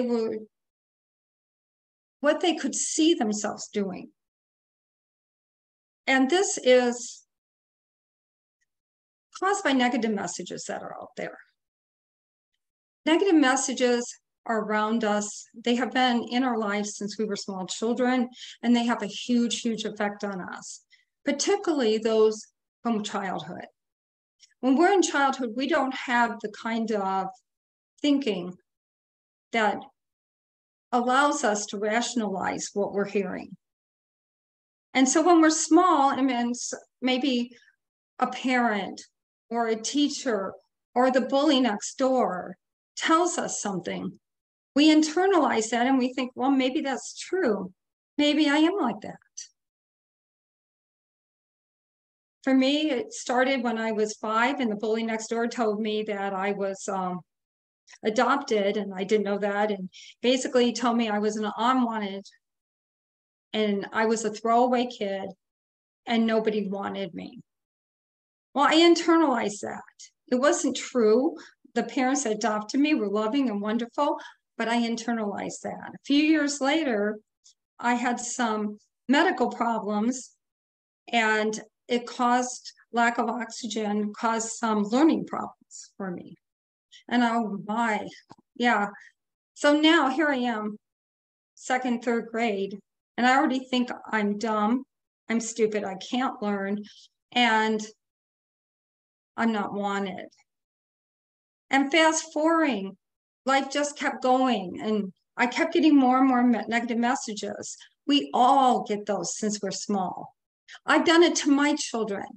I loved my children, but I had 3 small children, and every now and then I would get so frustrated and I would say something to them that I would regret afterwards. But yet they internalized that. The bullies at school, the people along the way, and you know, adults can be bullies too. There's a saying, sticks and stones will break your bones, but names will never hurt you. Well, they do hurt us. They hurt us when people are telling us negative things. It hurts us when people along in our life, particularly people we care for, tell us we can't do something. And this all affects how we're going to move forward, how we're going to get past the place that we're standing in. Dr. Maswell says that change involves taking what we believed in and thought as a child and using critical reflection to challenge those beliefs. As it impacts, this will impact our transitions in powerful ways. So what he's saying to do,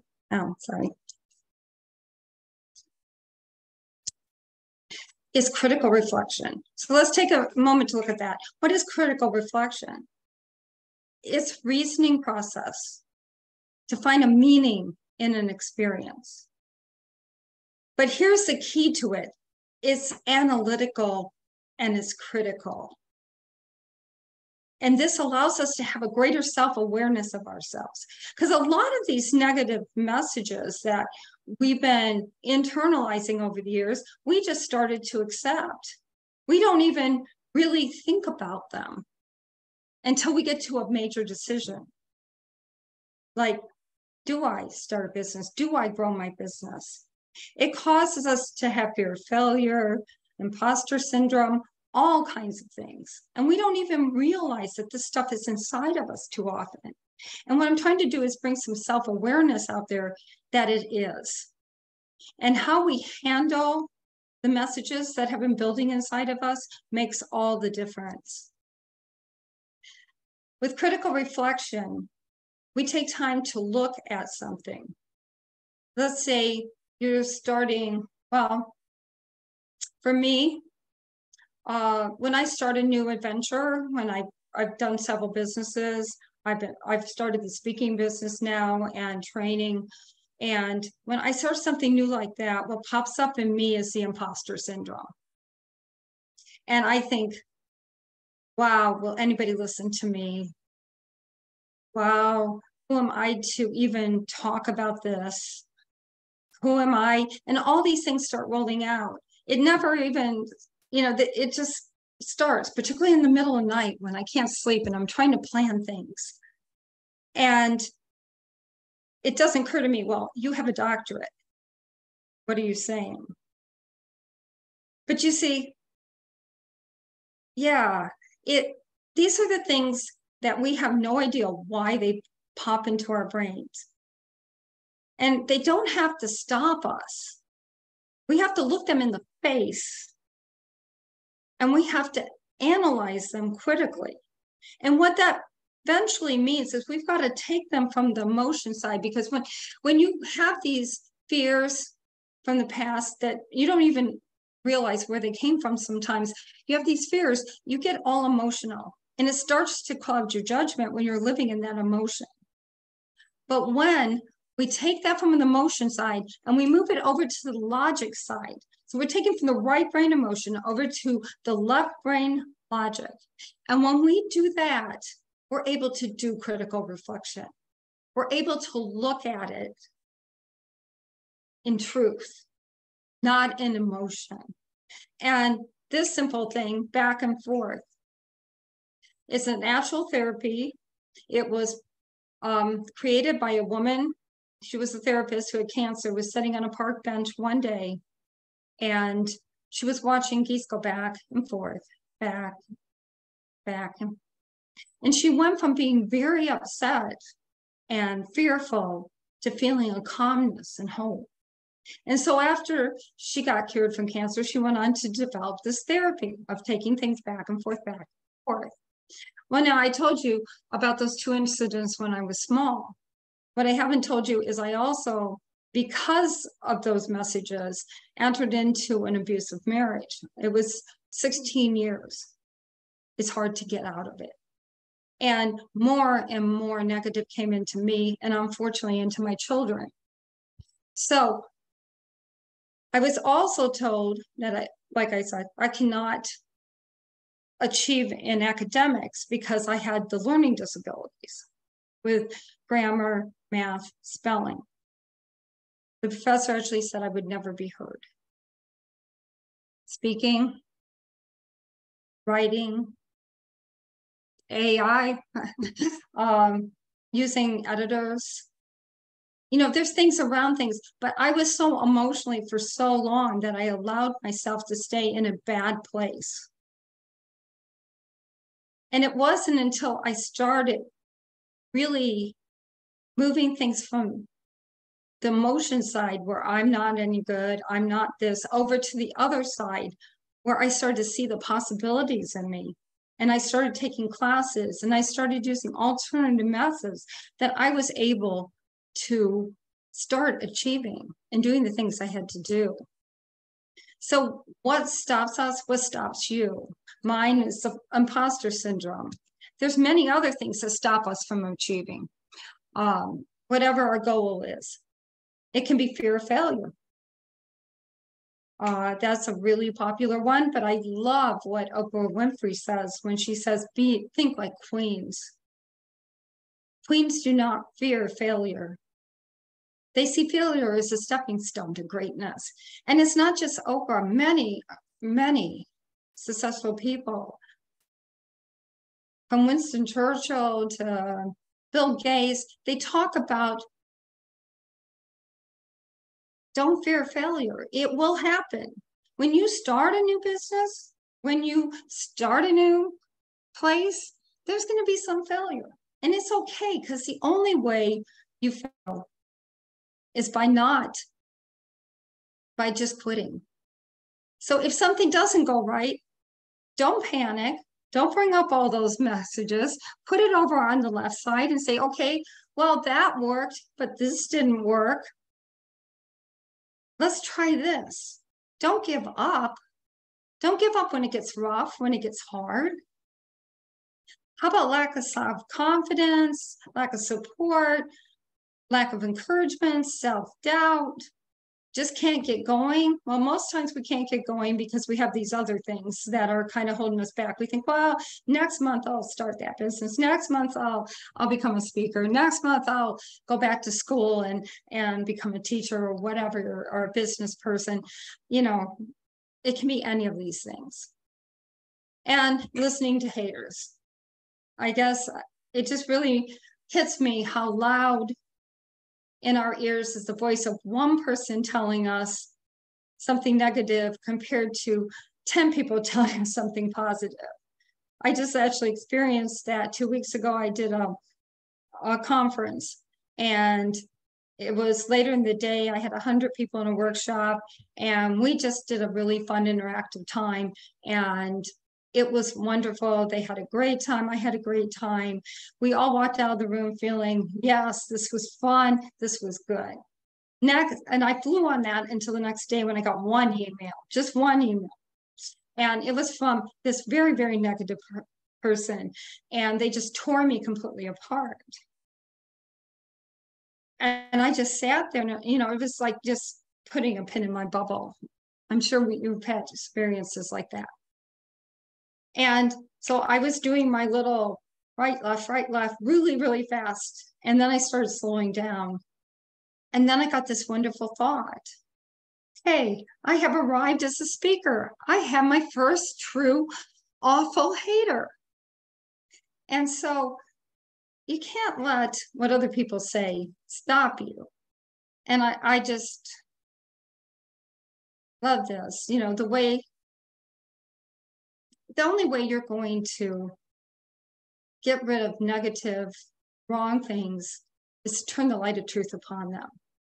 We need to take truth and we need to shine that light.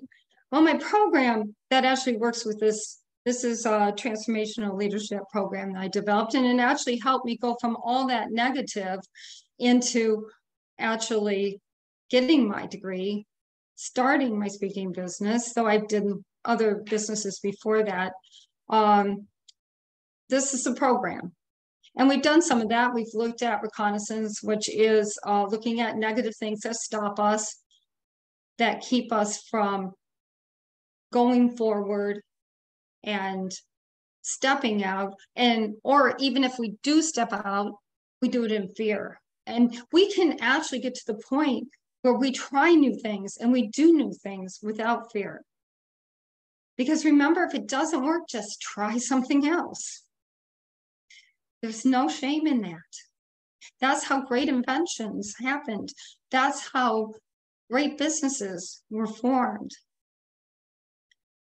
We didn't start Amazon with thousands of plants all over the world. He started in his garage with a bunch of books. If he would have quit because it didn't happen right away, there wouldn't be Amazon that we know today. So you can't let problems or people, and I know he had people saying, why are you doing this? Why are you doing this? Maybe even his wife. But, you know, you have people saying, well, this isn't going to work. You're never going to be able to do this. See, we're still getting negative messages today. But we've got to get that base inside of us where we can take it and say, well, they're saying this, but you know what? I'm going to do it anyway. I want to get it out of that emotion side of me. I'm going to take it over to this side. I'm not going to let that negative message stop me from doing something that I know I'm supposed to do. So there's some things that pop up on us we can just get rid of because they're not truth and they don't even impact us. But if there is something that's we're going to investigate, we can look and say, well, how can I get around that? How can I get past that? So let's say I'm not good at spelling and grammar. Well, I didn't realize it was an AI, but I use Grammarly, and I've used it in all my college courses, and it is a miraculous tool. It's actually, you know, just amazing. It gives you suggestions. It goes way far past spell check. I've used editors for my doctorate. It's still my thoughts. I'm still getting out. I'm the person writing this stuff, but somebody else is correcting it. And I'm actually blessing somebody by paying them money for their program, or in helping their business, or having somebody help me. So you got to look and say, if there's something you can't do, don't panic. Don't go into fear. Don't let that stop you. Find a way around it. So if you're doing a business and you start this business, and at first you can keep up with the books, but then they start getting kind of crazy, and you're not sure if you can handle this kind of math, and you probably don't even like it anyway, then hire it out or use an AI program. Or if you don't have money for any of that, try to talk a relative, a sister, a brother, a neighbor, a friend, to at least get you going and get you the help you need to get started now. You don't have to let something that you can't do make you not do something. And that is huge and important. And support. Support is so, so important, because we can't go in this life alone. So where can we find support? Well, we're in a virtual summit today. There'll be a virtual summit in Atlanta, one in San Francisco. And that's just this group of women. Find support by attending summits, by attending workshops, by attending online programs. That way we can all join together and support each other and help each other get past the messages that have been told us. We can also take courses at the university. When I started my first business, I took a program that the university was offering, and it taught us how to do grant writing. And I really had no clue. I had 3 children. I was divorced. I didn't know what I was going to do, how to feed them. And so I took this course. And in the grant writing course, the instructor came and asked me what I wanted to do. And I said, well, I've been doing some lawn cutting and some things on the side here with a friend. And he said, well, that would be great. I know you'll get the grant from the college, because they were offering a grant if you took this course. I know you'll get it if you write this up. I wrote it up, and sure enough, I got it. And so here I am. I got the money now. I bought a computer because I didn't have one. And I bought all kinds of lawn equipment and big trailer with sides, and 8-foot trailer with sides. And I was able to hire some other workers to come in, and we started cutting lawns. And then for real estate companies, and then it went into where they needed us for cleanouts, and then we did housekeeping for them, and it turned into this whole business. And I got that from taking a course on grant writing. Not my favorite thing to do, but it changed my life. I was able to feed my kids and feed them well, and not worry about losing my house. So courses. I mean, there's so many. Form a group. Find other, when you're at summits or when you're at trainings, hook up with other people. and ask, hey, do you want to, maybe meet once a month and we can talk ideas and we can share what we know with each other and we can encourage each other. Because being out there alone trying to start a business like I did back in that day is hard. It's really hard if you don't have support. So find support. It's all around us. Maybe from the class you took. Find somebody else that's interested in the same field you are, and you guys can share ideas. You don't have to worry that they're going to be bigger than you, or you don't have to worry they're going to steal from you. Share. If we all share together as women, if we all give our knowledge to each other, we can do incredible things. And there is enough people out there that even if two businesses are similar, we're going to find customers. Well, I just want to end with encouraging you. And I'm a Trekkie, and I love all things Star Trek. And I particularly love when the captain tells the pilot to take off, go up into the sky, into different universes and galaxies, and to find new people, learn new things, and have new experiences. And so that's the way I want to leave you right now, is with, that's what I want for you. I want you to find the end of that rainbow, because at the end of that rainbow is a pot of gold. And that pot of gold is just waiting right for you. And so my favorite captain is Captain Picard. And he says, make it so, just do it. Just go for it. Don't question it, just do it. And so I want to leave you with that. Just do it. Engage. Love it. Thank you, Dr. Debra, for sharing those words of wisdom. Again, how do I get out of sharing my screen? Okay.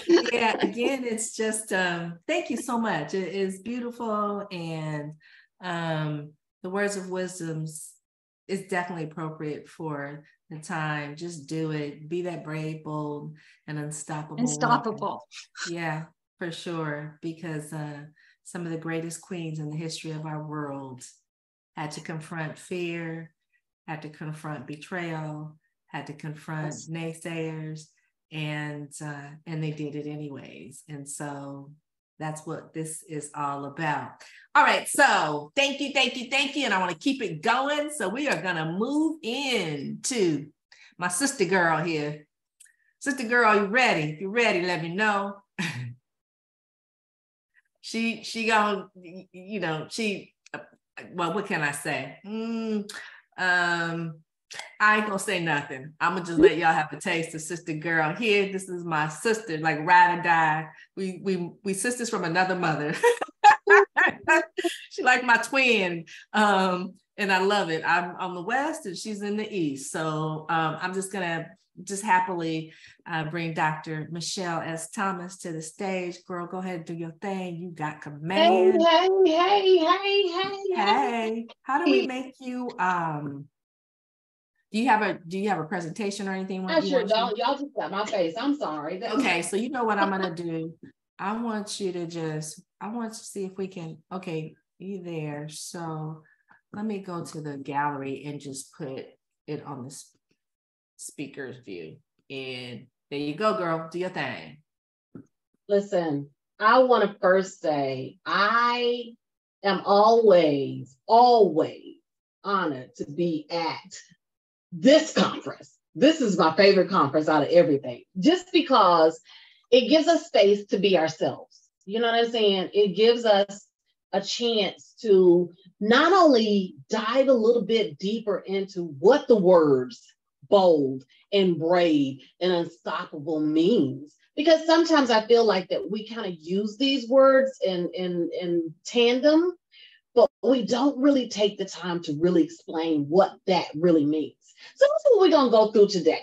And Rochelle is just my absolute favorite person in the world. She gets me. She doesn't judge me. She loves me. And I love her too. And our relationship is kind of what stimulated this conversation, because we are two women that are running our entities and doing what we need to do. However, we understand what it is to still be real. We understand what it means to still have that sister or that person beside you that you have to. And y'all gonna listen, I want everybody to practice this. You got to learn how to lean on it.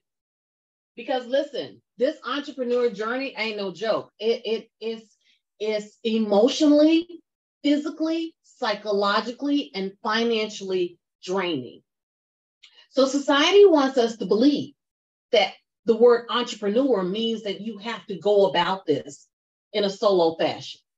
And what tends to happen, especially for us, of women of color, because most of us are first generation. So we didn't come up in the environment of corporate world. We didn't come up in the environment of societal events and all these things where we had these rich uncles and aunts that gave us this exposure to what entrepreneurism really looks like. So when you're a first generation, you tend to pull your information from the resources that you have. You look at social media, you look at the people around you, you look at your community stores and small businesses. And so you kind of pull your bits and pieces. Well, what most of us who've been doing this for a long time began to learn was, until we figured out who we were in what we do, our business wasn't going to be successful. You can pull resources, you can get training, you can get information from any and everybody around you. But today, what we're going to talk about is, what is your unique qualifier? What does that mean? Because each and every one of us has our own way to move, our own way to speak, our own way to present, our own way of even looking at things and processing things. But if you don't know what your unique qualifier is, you'll find yourself building your business in someone else's backyard. Come on now. I'm going to say that again. Building your business in someone else's backyard. What does that mean? That means that you have watched someone else become successful, or what their version of success is, and you want to rinse and repeat that template, and it's not working for you. Why is it not working? Because it's not your unique qualifier. Until you figure out who you are and what your role, and I use this for a reason. We all have titles. Everybody, when you open up your business and you started, or even if you still work in corporate America, we all have a work title. But that's not your role in your entrepreneur business. Your role is leader. Your role is visionary. Your role is guide. Your role could be also worker and processor. So, but in order for you to excel in all of the roles that are going to come up, you're going to come upon within your business or businesses, you first have to know what your unique qualifier is. So let's kind of go through the 5 things that I want you to write down so that you can kind of determine your unique qualifier. The first thing is, you need to know how you show up in other people's eyes. Now I'm going to say that again. You need to know how you show up within other people's eyes, opinions, businesses, thoughts. How do you show up for them? What is your opinion, or what have you built within their opinion? What is your reputation? How do people view you? Are you the go-to person, or are you the person that people avoid? And I'm not saying this, listen, y'all, Rochelle will tell you, I love every last person, and I am the person that will give you the shirt off my back. But when it comes down to business, I am hardcore about business. I don't mix words. I am very, very diligent about the information that I give, because there are times, especially for women entrepreneurs, I feel like that we tend to allow people to make us believe that it's funding that's making our businesses not fail. It's not the lack of clients and customers that's making our businesses fail. It's the lack of products and services that's making our business fail. But I'm here to tell you that the number one reason why we women entrepreneurs don't scale our business and don't reach the levels that our male counterparts do is access. We don't understand the game. We don't understand the landscape.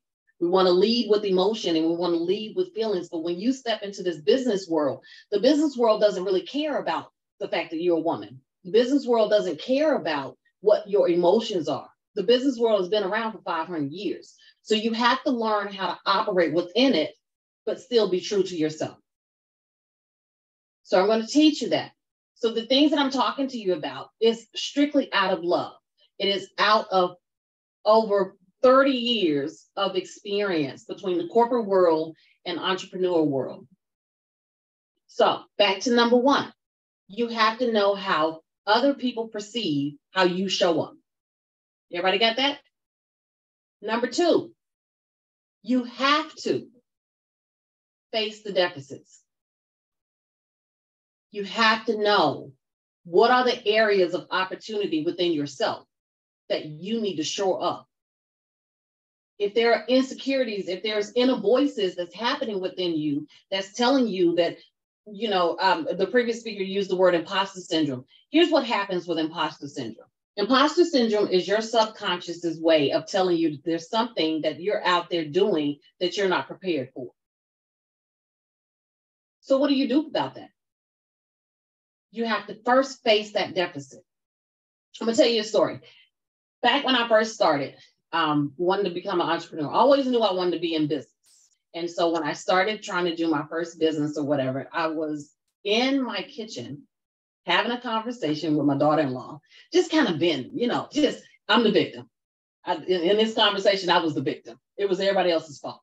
And so what I was talking about was, there's not enough time in my day to get business done because there's so many things and then my day runs out and I'm not able to do it. Well, at the time, my 15-year-old son happened to be coming downstairs to go in the fridge to get him something to eat.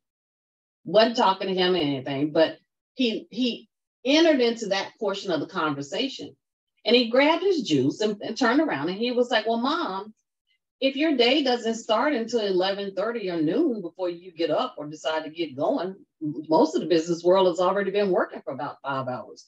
Maybe you need to get up earlier.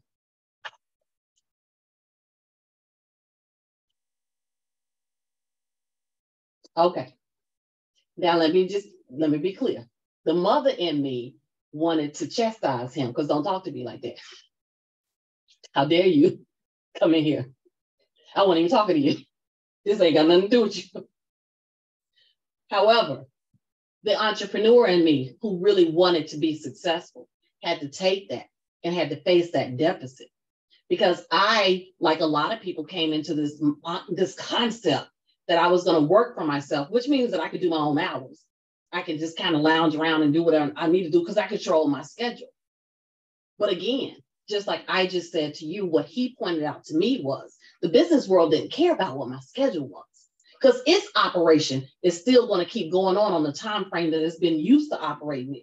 And I either have to get in or I have to learn that I'm going to lose out. So that nugget came from my kid, where he taught me to look at one of my deficits. So what are the areas within your world, within your business that are truly holding you back? Not finances, not funding, not anything else. What's within you? What are habits that you have that were maybe possibly conducive when you worked for someone in a 9-to-5, but it's not productive for the entrepreneurial world? Are you still trying to remain within a 9-to-5 with vacation times being an entrepreneur? Rochelle and I'll be the first one to tell you that don't work. I'm sorry. It's cute, but it doesn't work. I just landed today. I talked to Rochelle. She will tell you this was the funniest story. And listen, y'all, let me just also give you this disclaimer. My style of speech is, I'm going to tell you my story. We're gonna talk about these conversations. The reason that it works for me is because I can stand up here in front of you and I can just kind of browbeat or throw a whole bunch of information to you, but your brain, the way that your mind works, your brain is not going to retain it because it doesn't relate to you. So I make my stories relatable. So just the other day, Rochelle and I was supposed to do a recording for the podcast, and I was in an Airbnb in Charlotte, North Carolina, one of my few states that I've been in the past 3 weeks. And I look like the little max headroom or the technology thing because I'm talking and my head is not moving. It was terrible Wi-Fi, y'all. It was terrible. But again, because we are in this world, I showed up.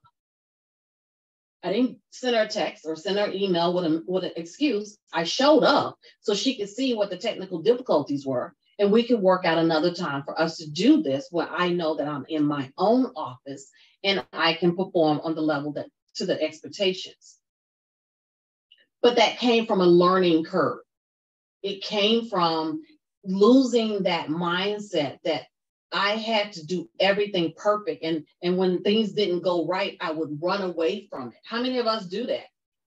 Anybody out there? When things go wrong or you don't have the money for it or whatever, pop your hand up. Come on, this is about being transparent because this is how you have to begin to learn the deficit. Have you noticed that when you can't pay for something, have you noticed that when you can't accomplish something, that you kind of avoid it or you put it to the side? Or do you face it head on? I learned because I have 8 different businesses, I have to face it head on. I don't have the luxury to put things to the side because my businesses will start to fail. So what we need to do is we have to look at ourselves and look within ourselves and find out what our deficits are. Okay, moving on. Number 3, you must, it is imperative for you to become the expert of your field. That doesn't mean you have to know everything. But when your business is out there in the public, in the persona, and whatever the services and products that you're offering, you have to show up as the expert in what you're doing. And how do you do that? You study. So many of us are so excited to jump into being an entrepreneur that we jump into industries that we've never even worked in, we've never seen, and we've never spent any time in. And so we end up spending more money and more time on the learning curve than actually building the business. So before you're going to build that business, offer to intern for someone. There's those of us that have been in business for a long time. Internship doesn't mean 6 months or a year. That means that you spend a couple of weeks with somebody, reach out to me, reach out to Rochelle. I have a whole network. Reach out and say, hey, can I shadow for a couple of weeks just so I can kind of see what it does on the inside? The reason I know that that works is when I launched my nonprofit, I had never worked in the nonprofit industry. I knew from the surface level what I thought I knew about nonprofits, but I was smart enough to become board members and enter into internships and mentorships and work within the nonprofit industry before I stood mine up. How did that help me? It opened my eyes to some things that I did not know that had to happen within the nonprofit. And this brings me to the University of Google, YouTube, Instagram, and Facebook. I love them. They are great. They are amazing tools. However, it is subjective to what you input. You have to remember that everything is an algorithm. So the question that you're asking to these search engines or the information that you're trying to find and seek through YouTube or through any of these other platforms, it's only going to deliver you what you ask it to. So there are things that if you don't know what to ask, how are you going to expect to find the information? So become the expert in your field. Learn how to predict what's happening within your industry.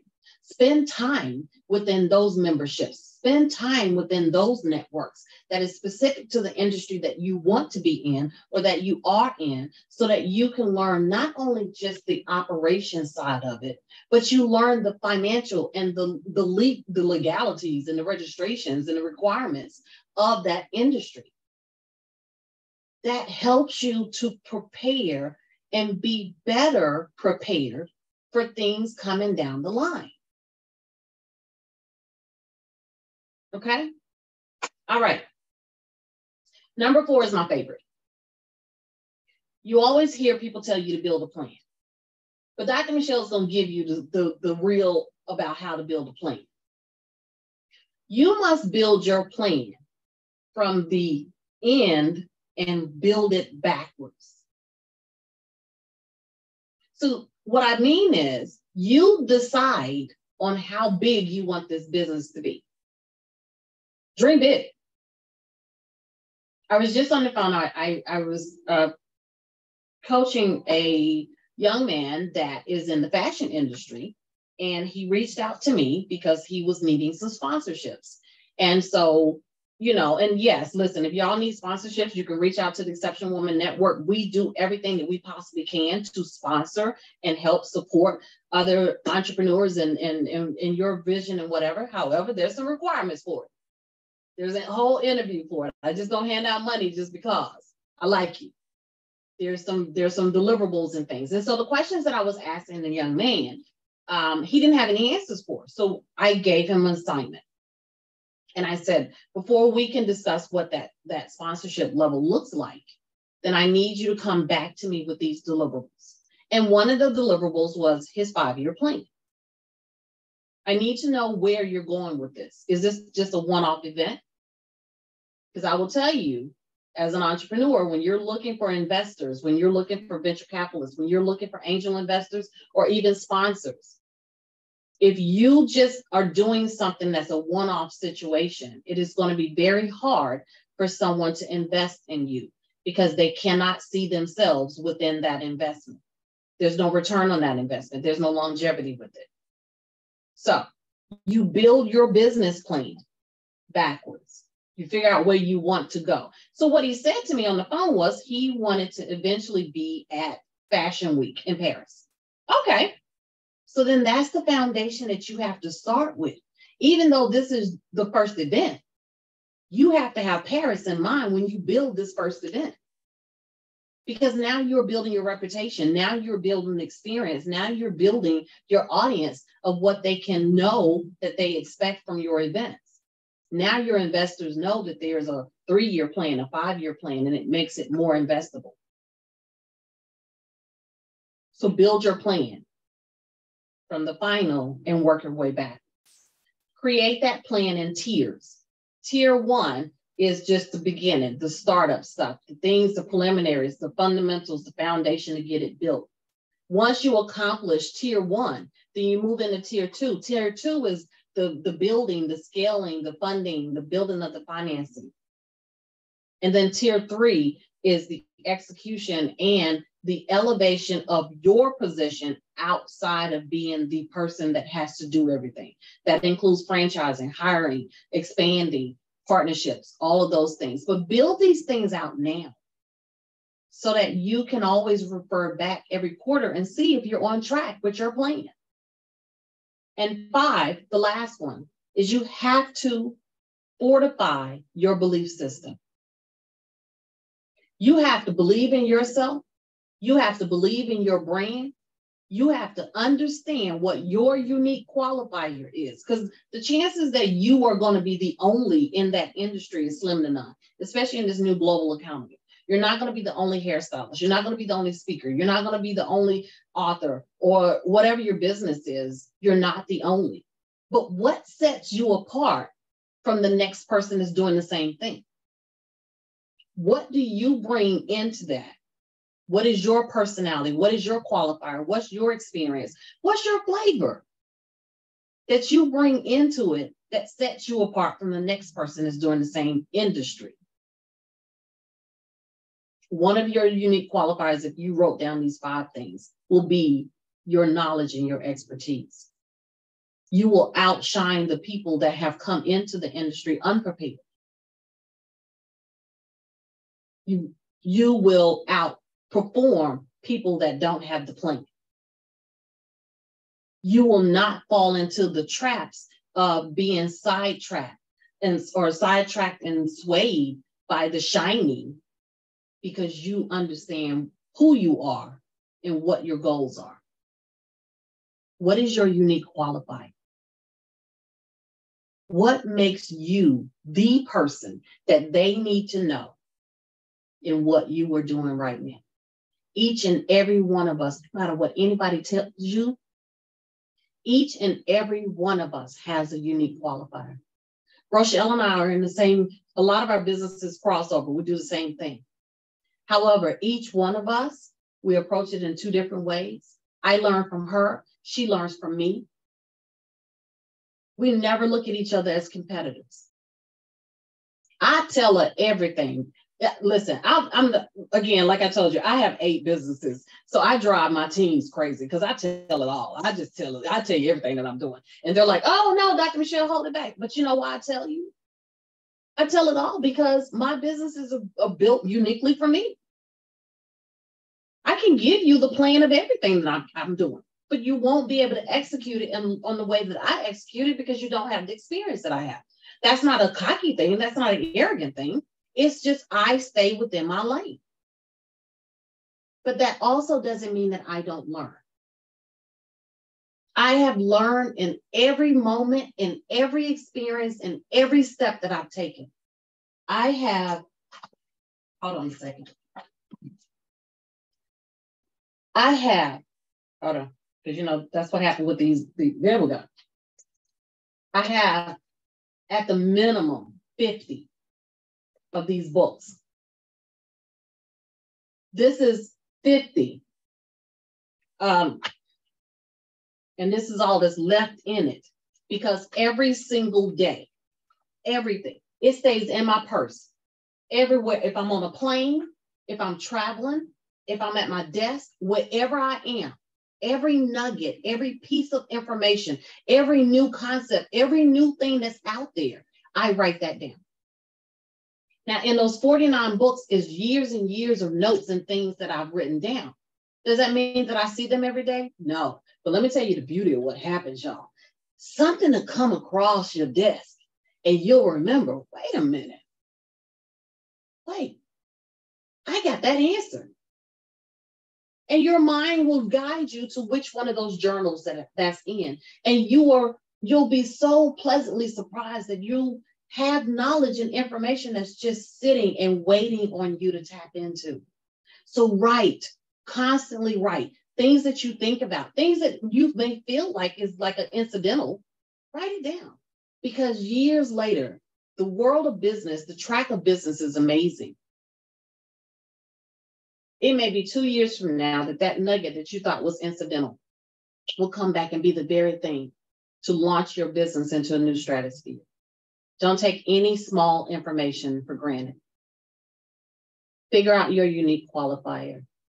Find yourself, remain strong in your belief system, and become the bold, the brave, and unstoppable woman that you were designed to be.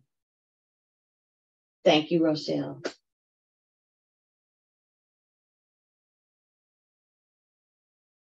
Oh my goodness. Oh my goodness. Oh my goodness. Oh my goodness. Oh my goodness.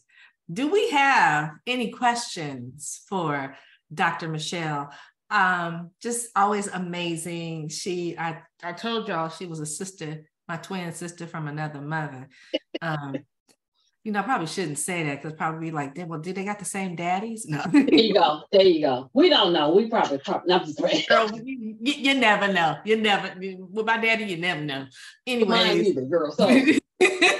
But no, listen, yeah, you guys, and that's another thing. And even the previous speaker touched on this. Your business is your business, okay? And your business is only going to be as successful as you allow it to be. So a lot of times you must put yourself in rooms that are bigger than you. you have to not only show up in those rooms, but you have to have a presence in those rooms. Even with the people that you're very fans of or people that you came to see, you want to leave that impact, because your presence, your business requires for people to continue to talk about you once you leave that room, which goes back to number one. You got to understand how you show up to other people when you enter in the room. There's a way that you can have a presence without irritating the process. Exactly. So ask those questions. Don't ever be shy, especially in moments like these, where this is a protective moment. Ask anything so that you know how to navigate some of it. Because listen, we done had some of the biggest successes and some of the most tremendous failures. So why do y'all need to repeat the same thing? we done already paid the price for it. Exactly. This is what it's all about. It's about sharing everything and being transparent. I don't want anybody to have to go through some of the struggles I went through. If I could share wisdom with you that's going to help you to avoid that struggle, then that's what it's all about. But so often what I find is that women think they need to be perfect, and that they need to present their business like it's all that, when it really isn't. Let's be for real. And and then they would just want to stay closed up instead of being open to receive. Some of the biggest moments and jumps I had, not only in my life, but in my business, was when a sister girl pulled me aside and said, "Do you know X, Y, and Z? Did you know that you could do this? Did you know that you had broccoli in your teeth when you was up there speaking?" Whatever, exactly. But it wasn't done out of to shade me. It was to help me to see that I was better than I thought I was, and I could show up better. It was to help me see where things I couldn't see that were right here. I couldn't see them, and nobody else was going to point them out to me, but this one person did. And these are the moments that I had some of the biggest jumps in my life and my business. And sometimes I'm the queen of not being the best deliverable. If you want to know, and you want me to sugarcoat it, don't ask me, because I'm not going to sugarcoat it. And I don't do it to be harmful or mean or spiteful. It's just the way it comes out. But sometimes you need to hear things that way in order for them to resonate. And me too. It's those times that I hear things like that I got to stop and pay attention to. Like, well, first of all, why she say it like that?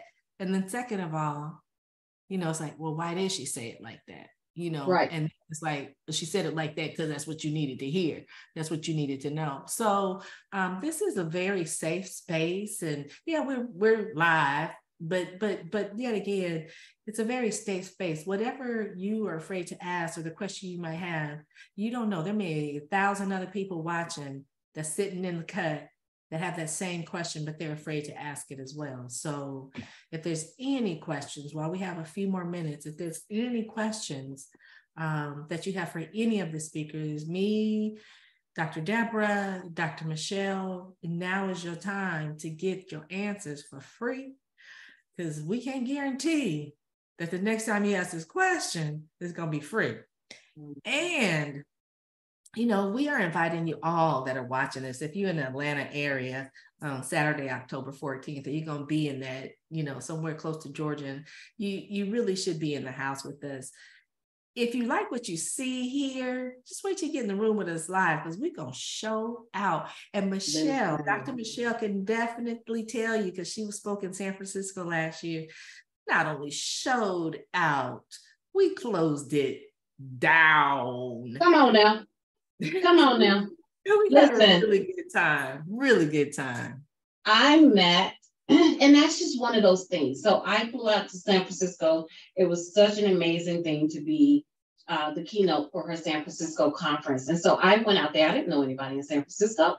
I only knew Rochelle, but I left out of that room with a whole database full of new friends, new connections, new information that came out of that space. And sometimes, and I'm gonna say this, let me just say this.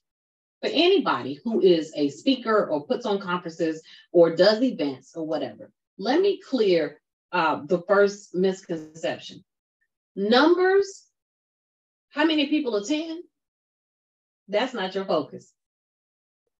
That has nothing to do with your success, your ability to deliver, or the information that you're getting. How many people show up has nothing to do with. That's strictly marketing, sales, and where you're at. These are just things that you can work on, but you, at the end of the day, you can't control those numbers. Now, here's what I caution you. The reason that I bring that up is a lot of times, a lot of people go into their events and they look at the numbers, and when they don't have that ideal number, they shortchange the people that's in the room. That you cannot do. Because whether there's one person or 1 million people in that room, whatever you promised, you need to over deliver. Because as your business grows, as your events begin to grow and take on, those people that you shortchange will never forget their first experience with you. Yes, that's so true. That is so true. We've all been there. We've all sat in an event that we looked at the agenda and all of a sudden things started changing and people started like it lost its professionalism or whatever. Well, I paid my money to be there. So now you're basically telling me that I'm not enough. Do not do that to your audiences. Do not do that to your followers. Do not do that. Some of your events may only have 10 people in it. But if every twice a year or whenever you do this, you continue to deliver excellence, I promise you, those numbers will change. So true. Because I can reiterate, I've been to events where it was just a few people and they were super powerful. And it wasn't so much the context of what was being presented. It was the people in the room. You see, you never know who's in the room that knows somebody that you're trying to get to or know somebody that you need to get to that can make that connection and introduction where it's seamless and all of a sudden things take off. And then I have been in rooms where there's 1,000+ people and it was so... Go ahead and say it. Because if you don't, I am. It was so not the experience I wanted. There was no connection. People were kind of closed up. It was just a marginal event. Now, for me, I'm going to always try to get my money worth. Right. And so I'm going to walk around the room. But what people have shared with me was, and this was back, I want to say back in the day when I first started really going out there, about 2010, people would say, when you walk in the room, you're so regal that you command attention. And I was like, what are you talking about? Right. Ain't nobody looking at me when I'm walking in the room. I'm a nobody. And but then later I kept hearing that and I kept hearing it. And I had to stop and think like, really? Why, I'm nobody. But apparently the way I carry myself as a queen should, like we all are, you have this magnetic and radiant energy that people wonder who you are and who you know and how they can get to know you. And so, as Dr. Michelle said, it's not about the amount of people in the room to experience a transformation. It's about the context and the content of the people that are in the room. It could be 5 people, but those 5 people are powerhouses and can introduce you to people you never thought you would be able to get your hands on. And it could be 1,000 people and you leave out and don't meet anybody. So it's just, always come, be open, and just be open to have an amazing experience. The fact that you woke up today, you got there safely is a beautiful thing. I want to share this with them about you, Dr. Michelle. So she comes out and I just asked her, I had been on one of yours, like speaking things and I had asked her, she didn't really know me like that. Like we wasn't like sister girls like we are now. Right. And she did it. And to me, that spoke volumes. But I had got caught up in doing something after with my daughter. And so I couldn't go to dinner with them. These 2 gals that was at the event took Michelle They went across the bridge to Oakland, got some good old down home food that make you want to go back and slap your grandmama. Yes. And brought her back to the hotel, and bam. And it was like, they didn't know her. She didn't know them, but now they're connected forever. They're connected forever. And that was just one instance. So again, if you have a question, now is your time to ask. Don't be afraid. Please follow. Or if you don't want to ask in here, listen, show up at the event. Come to the space, come to the room, and pull us to the side. And listen, I'm that person. For me, when like Rochelle said back in the day, because let me tell y'all, I'm an old girl. I've been doing this for a long time. So, I have 7 kids, 5 grandbabies. My kids keep procreating. I'm sorry, I'm not keeping up with the numbers, but 5 grandbabies. At one time, there was 2 dogs, a cat, and a partridge in a pear tree in my house. But I'm still that person that no matter how many businesses I have and what I do, I learn, as Rochelle and I have often talked about, we receive so much from some people that was so much bigger than us, that didn't nickel and dime us, that saw something great within us, and they spoke life into us and introduced us to people. So I still carry that in my spirit, in my actions, no matter where I'm at. My team even knows if somebody needs to get to me and I'm surrounded by a bunch of people and they really need to speak to me, let's figure this out. I will tell you this last thing that was so powerful at my last business conference. Just a little backstory. I am the founder and the CEO of the Exceptional Woman Enterprise, which is one of my entities. And so 5 times a year, we have events that happen. We have a virtual conference that happens every first quarter. Second quarter, we do an international retreat that, and next year we're going to Trinidad and Tobago, and Rochelle is going to be there. And then our third quarter, which is business planning time, is when our business conference happens.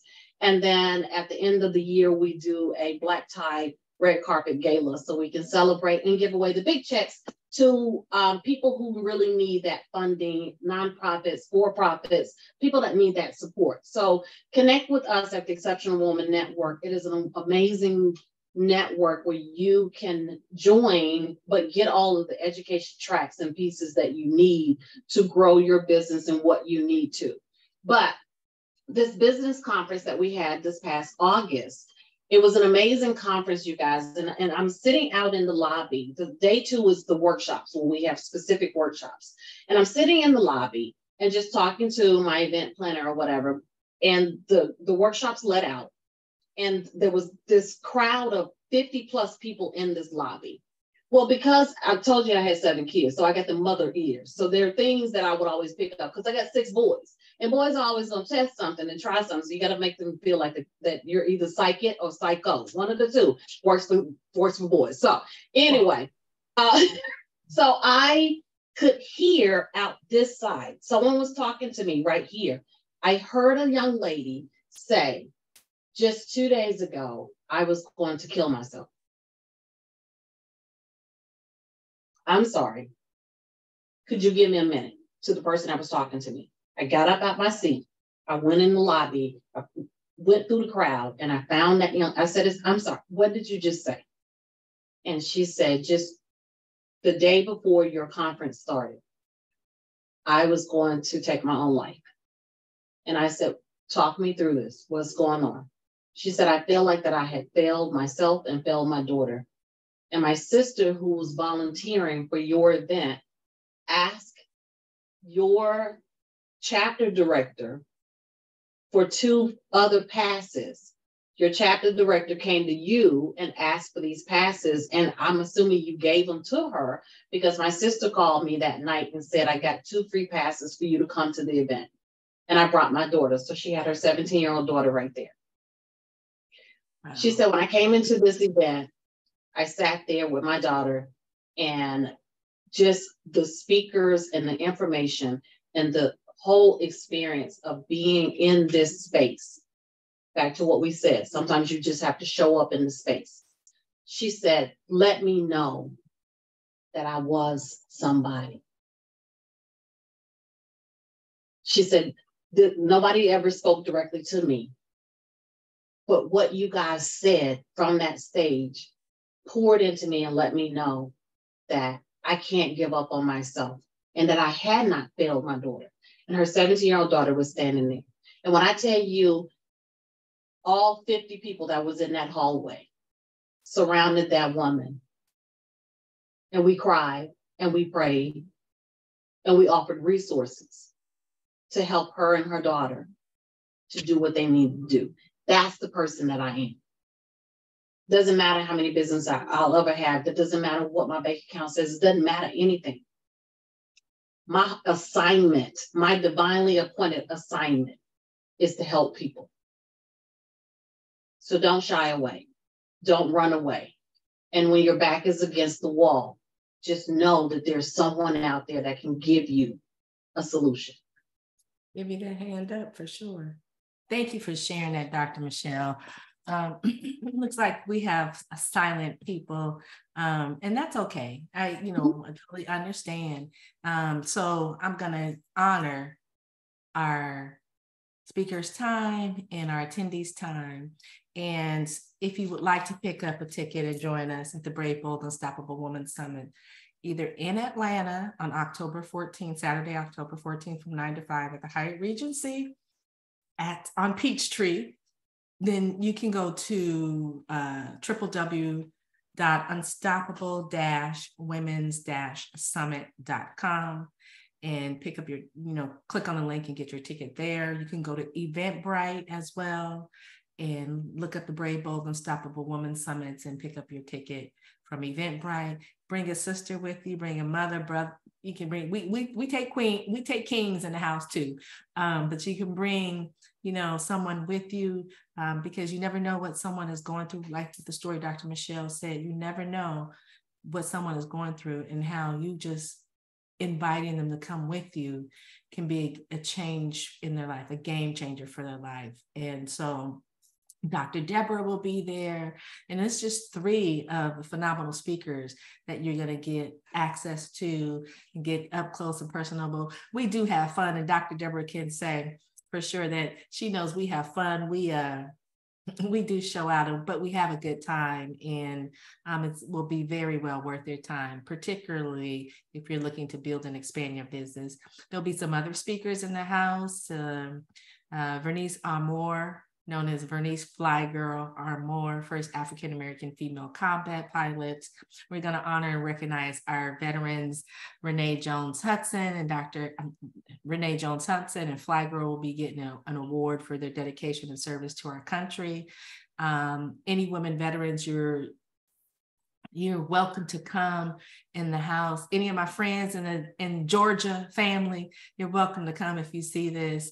And if you're seeing this live on Facebook, share it with people that you know in the area, and just share it, because even though they may not be in the area, the words of wisdom that we share today can definitely be game changers for women and men in your life. So I'm going to end it there. I want to thank all of you for your time.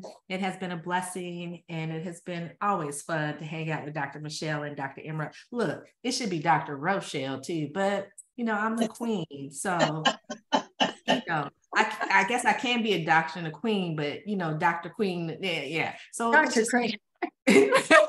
Dr. Queen of feeling fabulous. Are you really a doctor? And how make people feel fabulous? And what kind of medicine is that? Orgasmic medicine, I'm just gonna say. But no. Let me keep it back.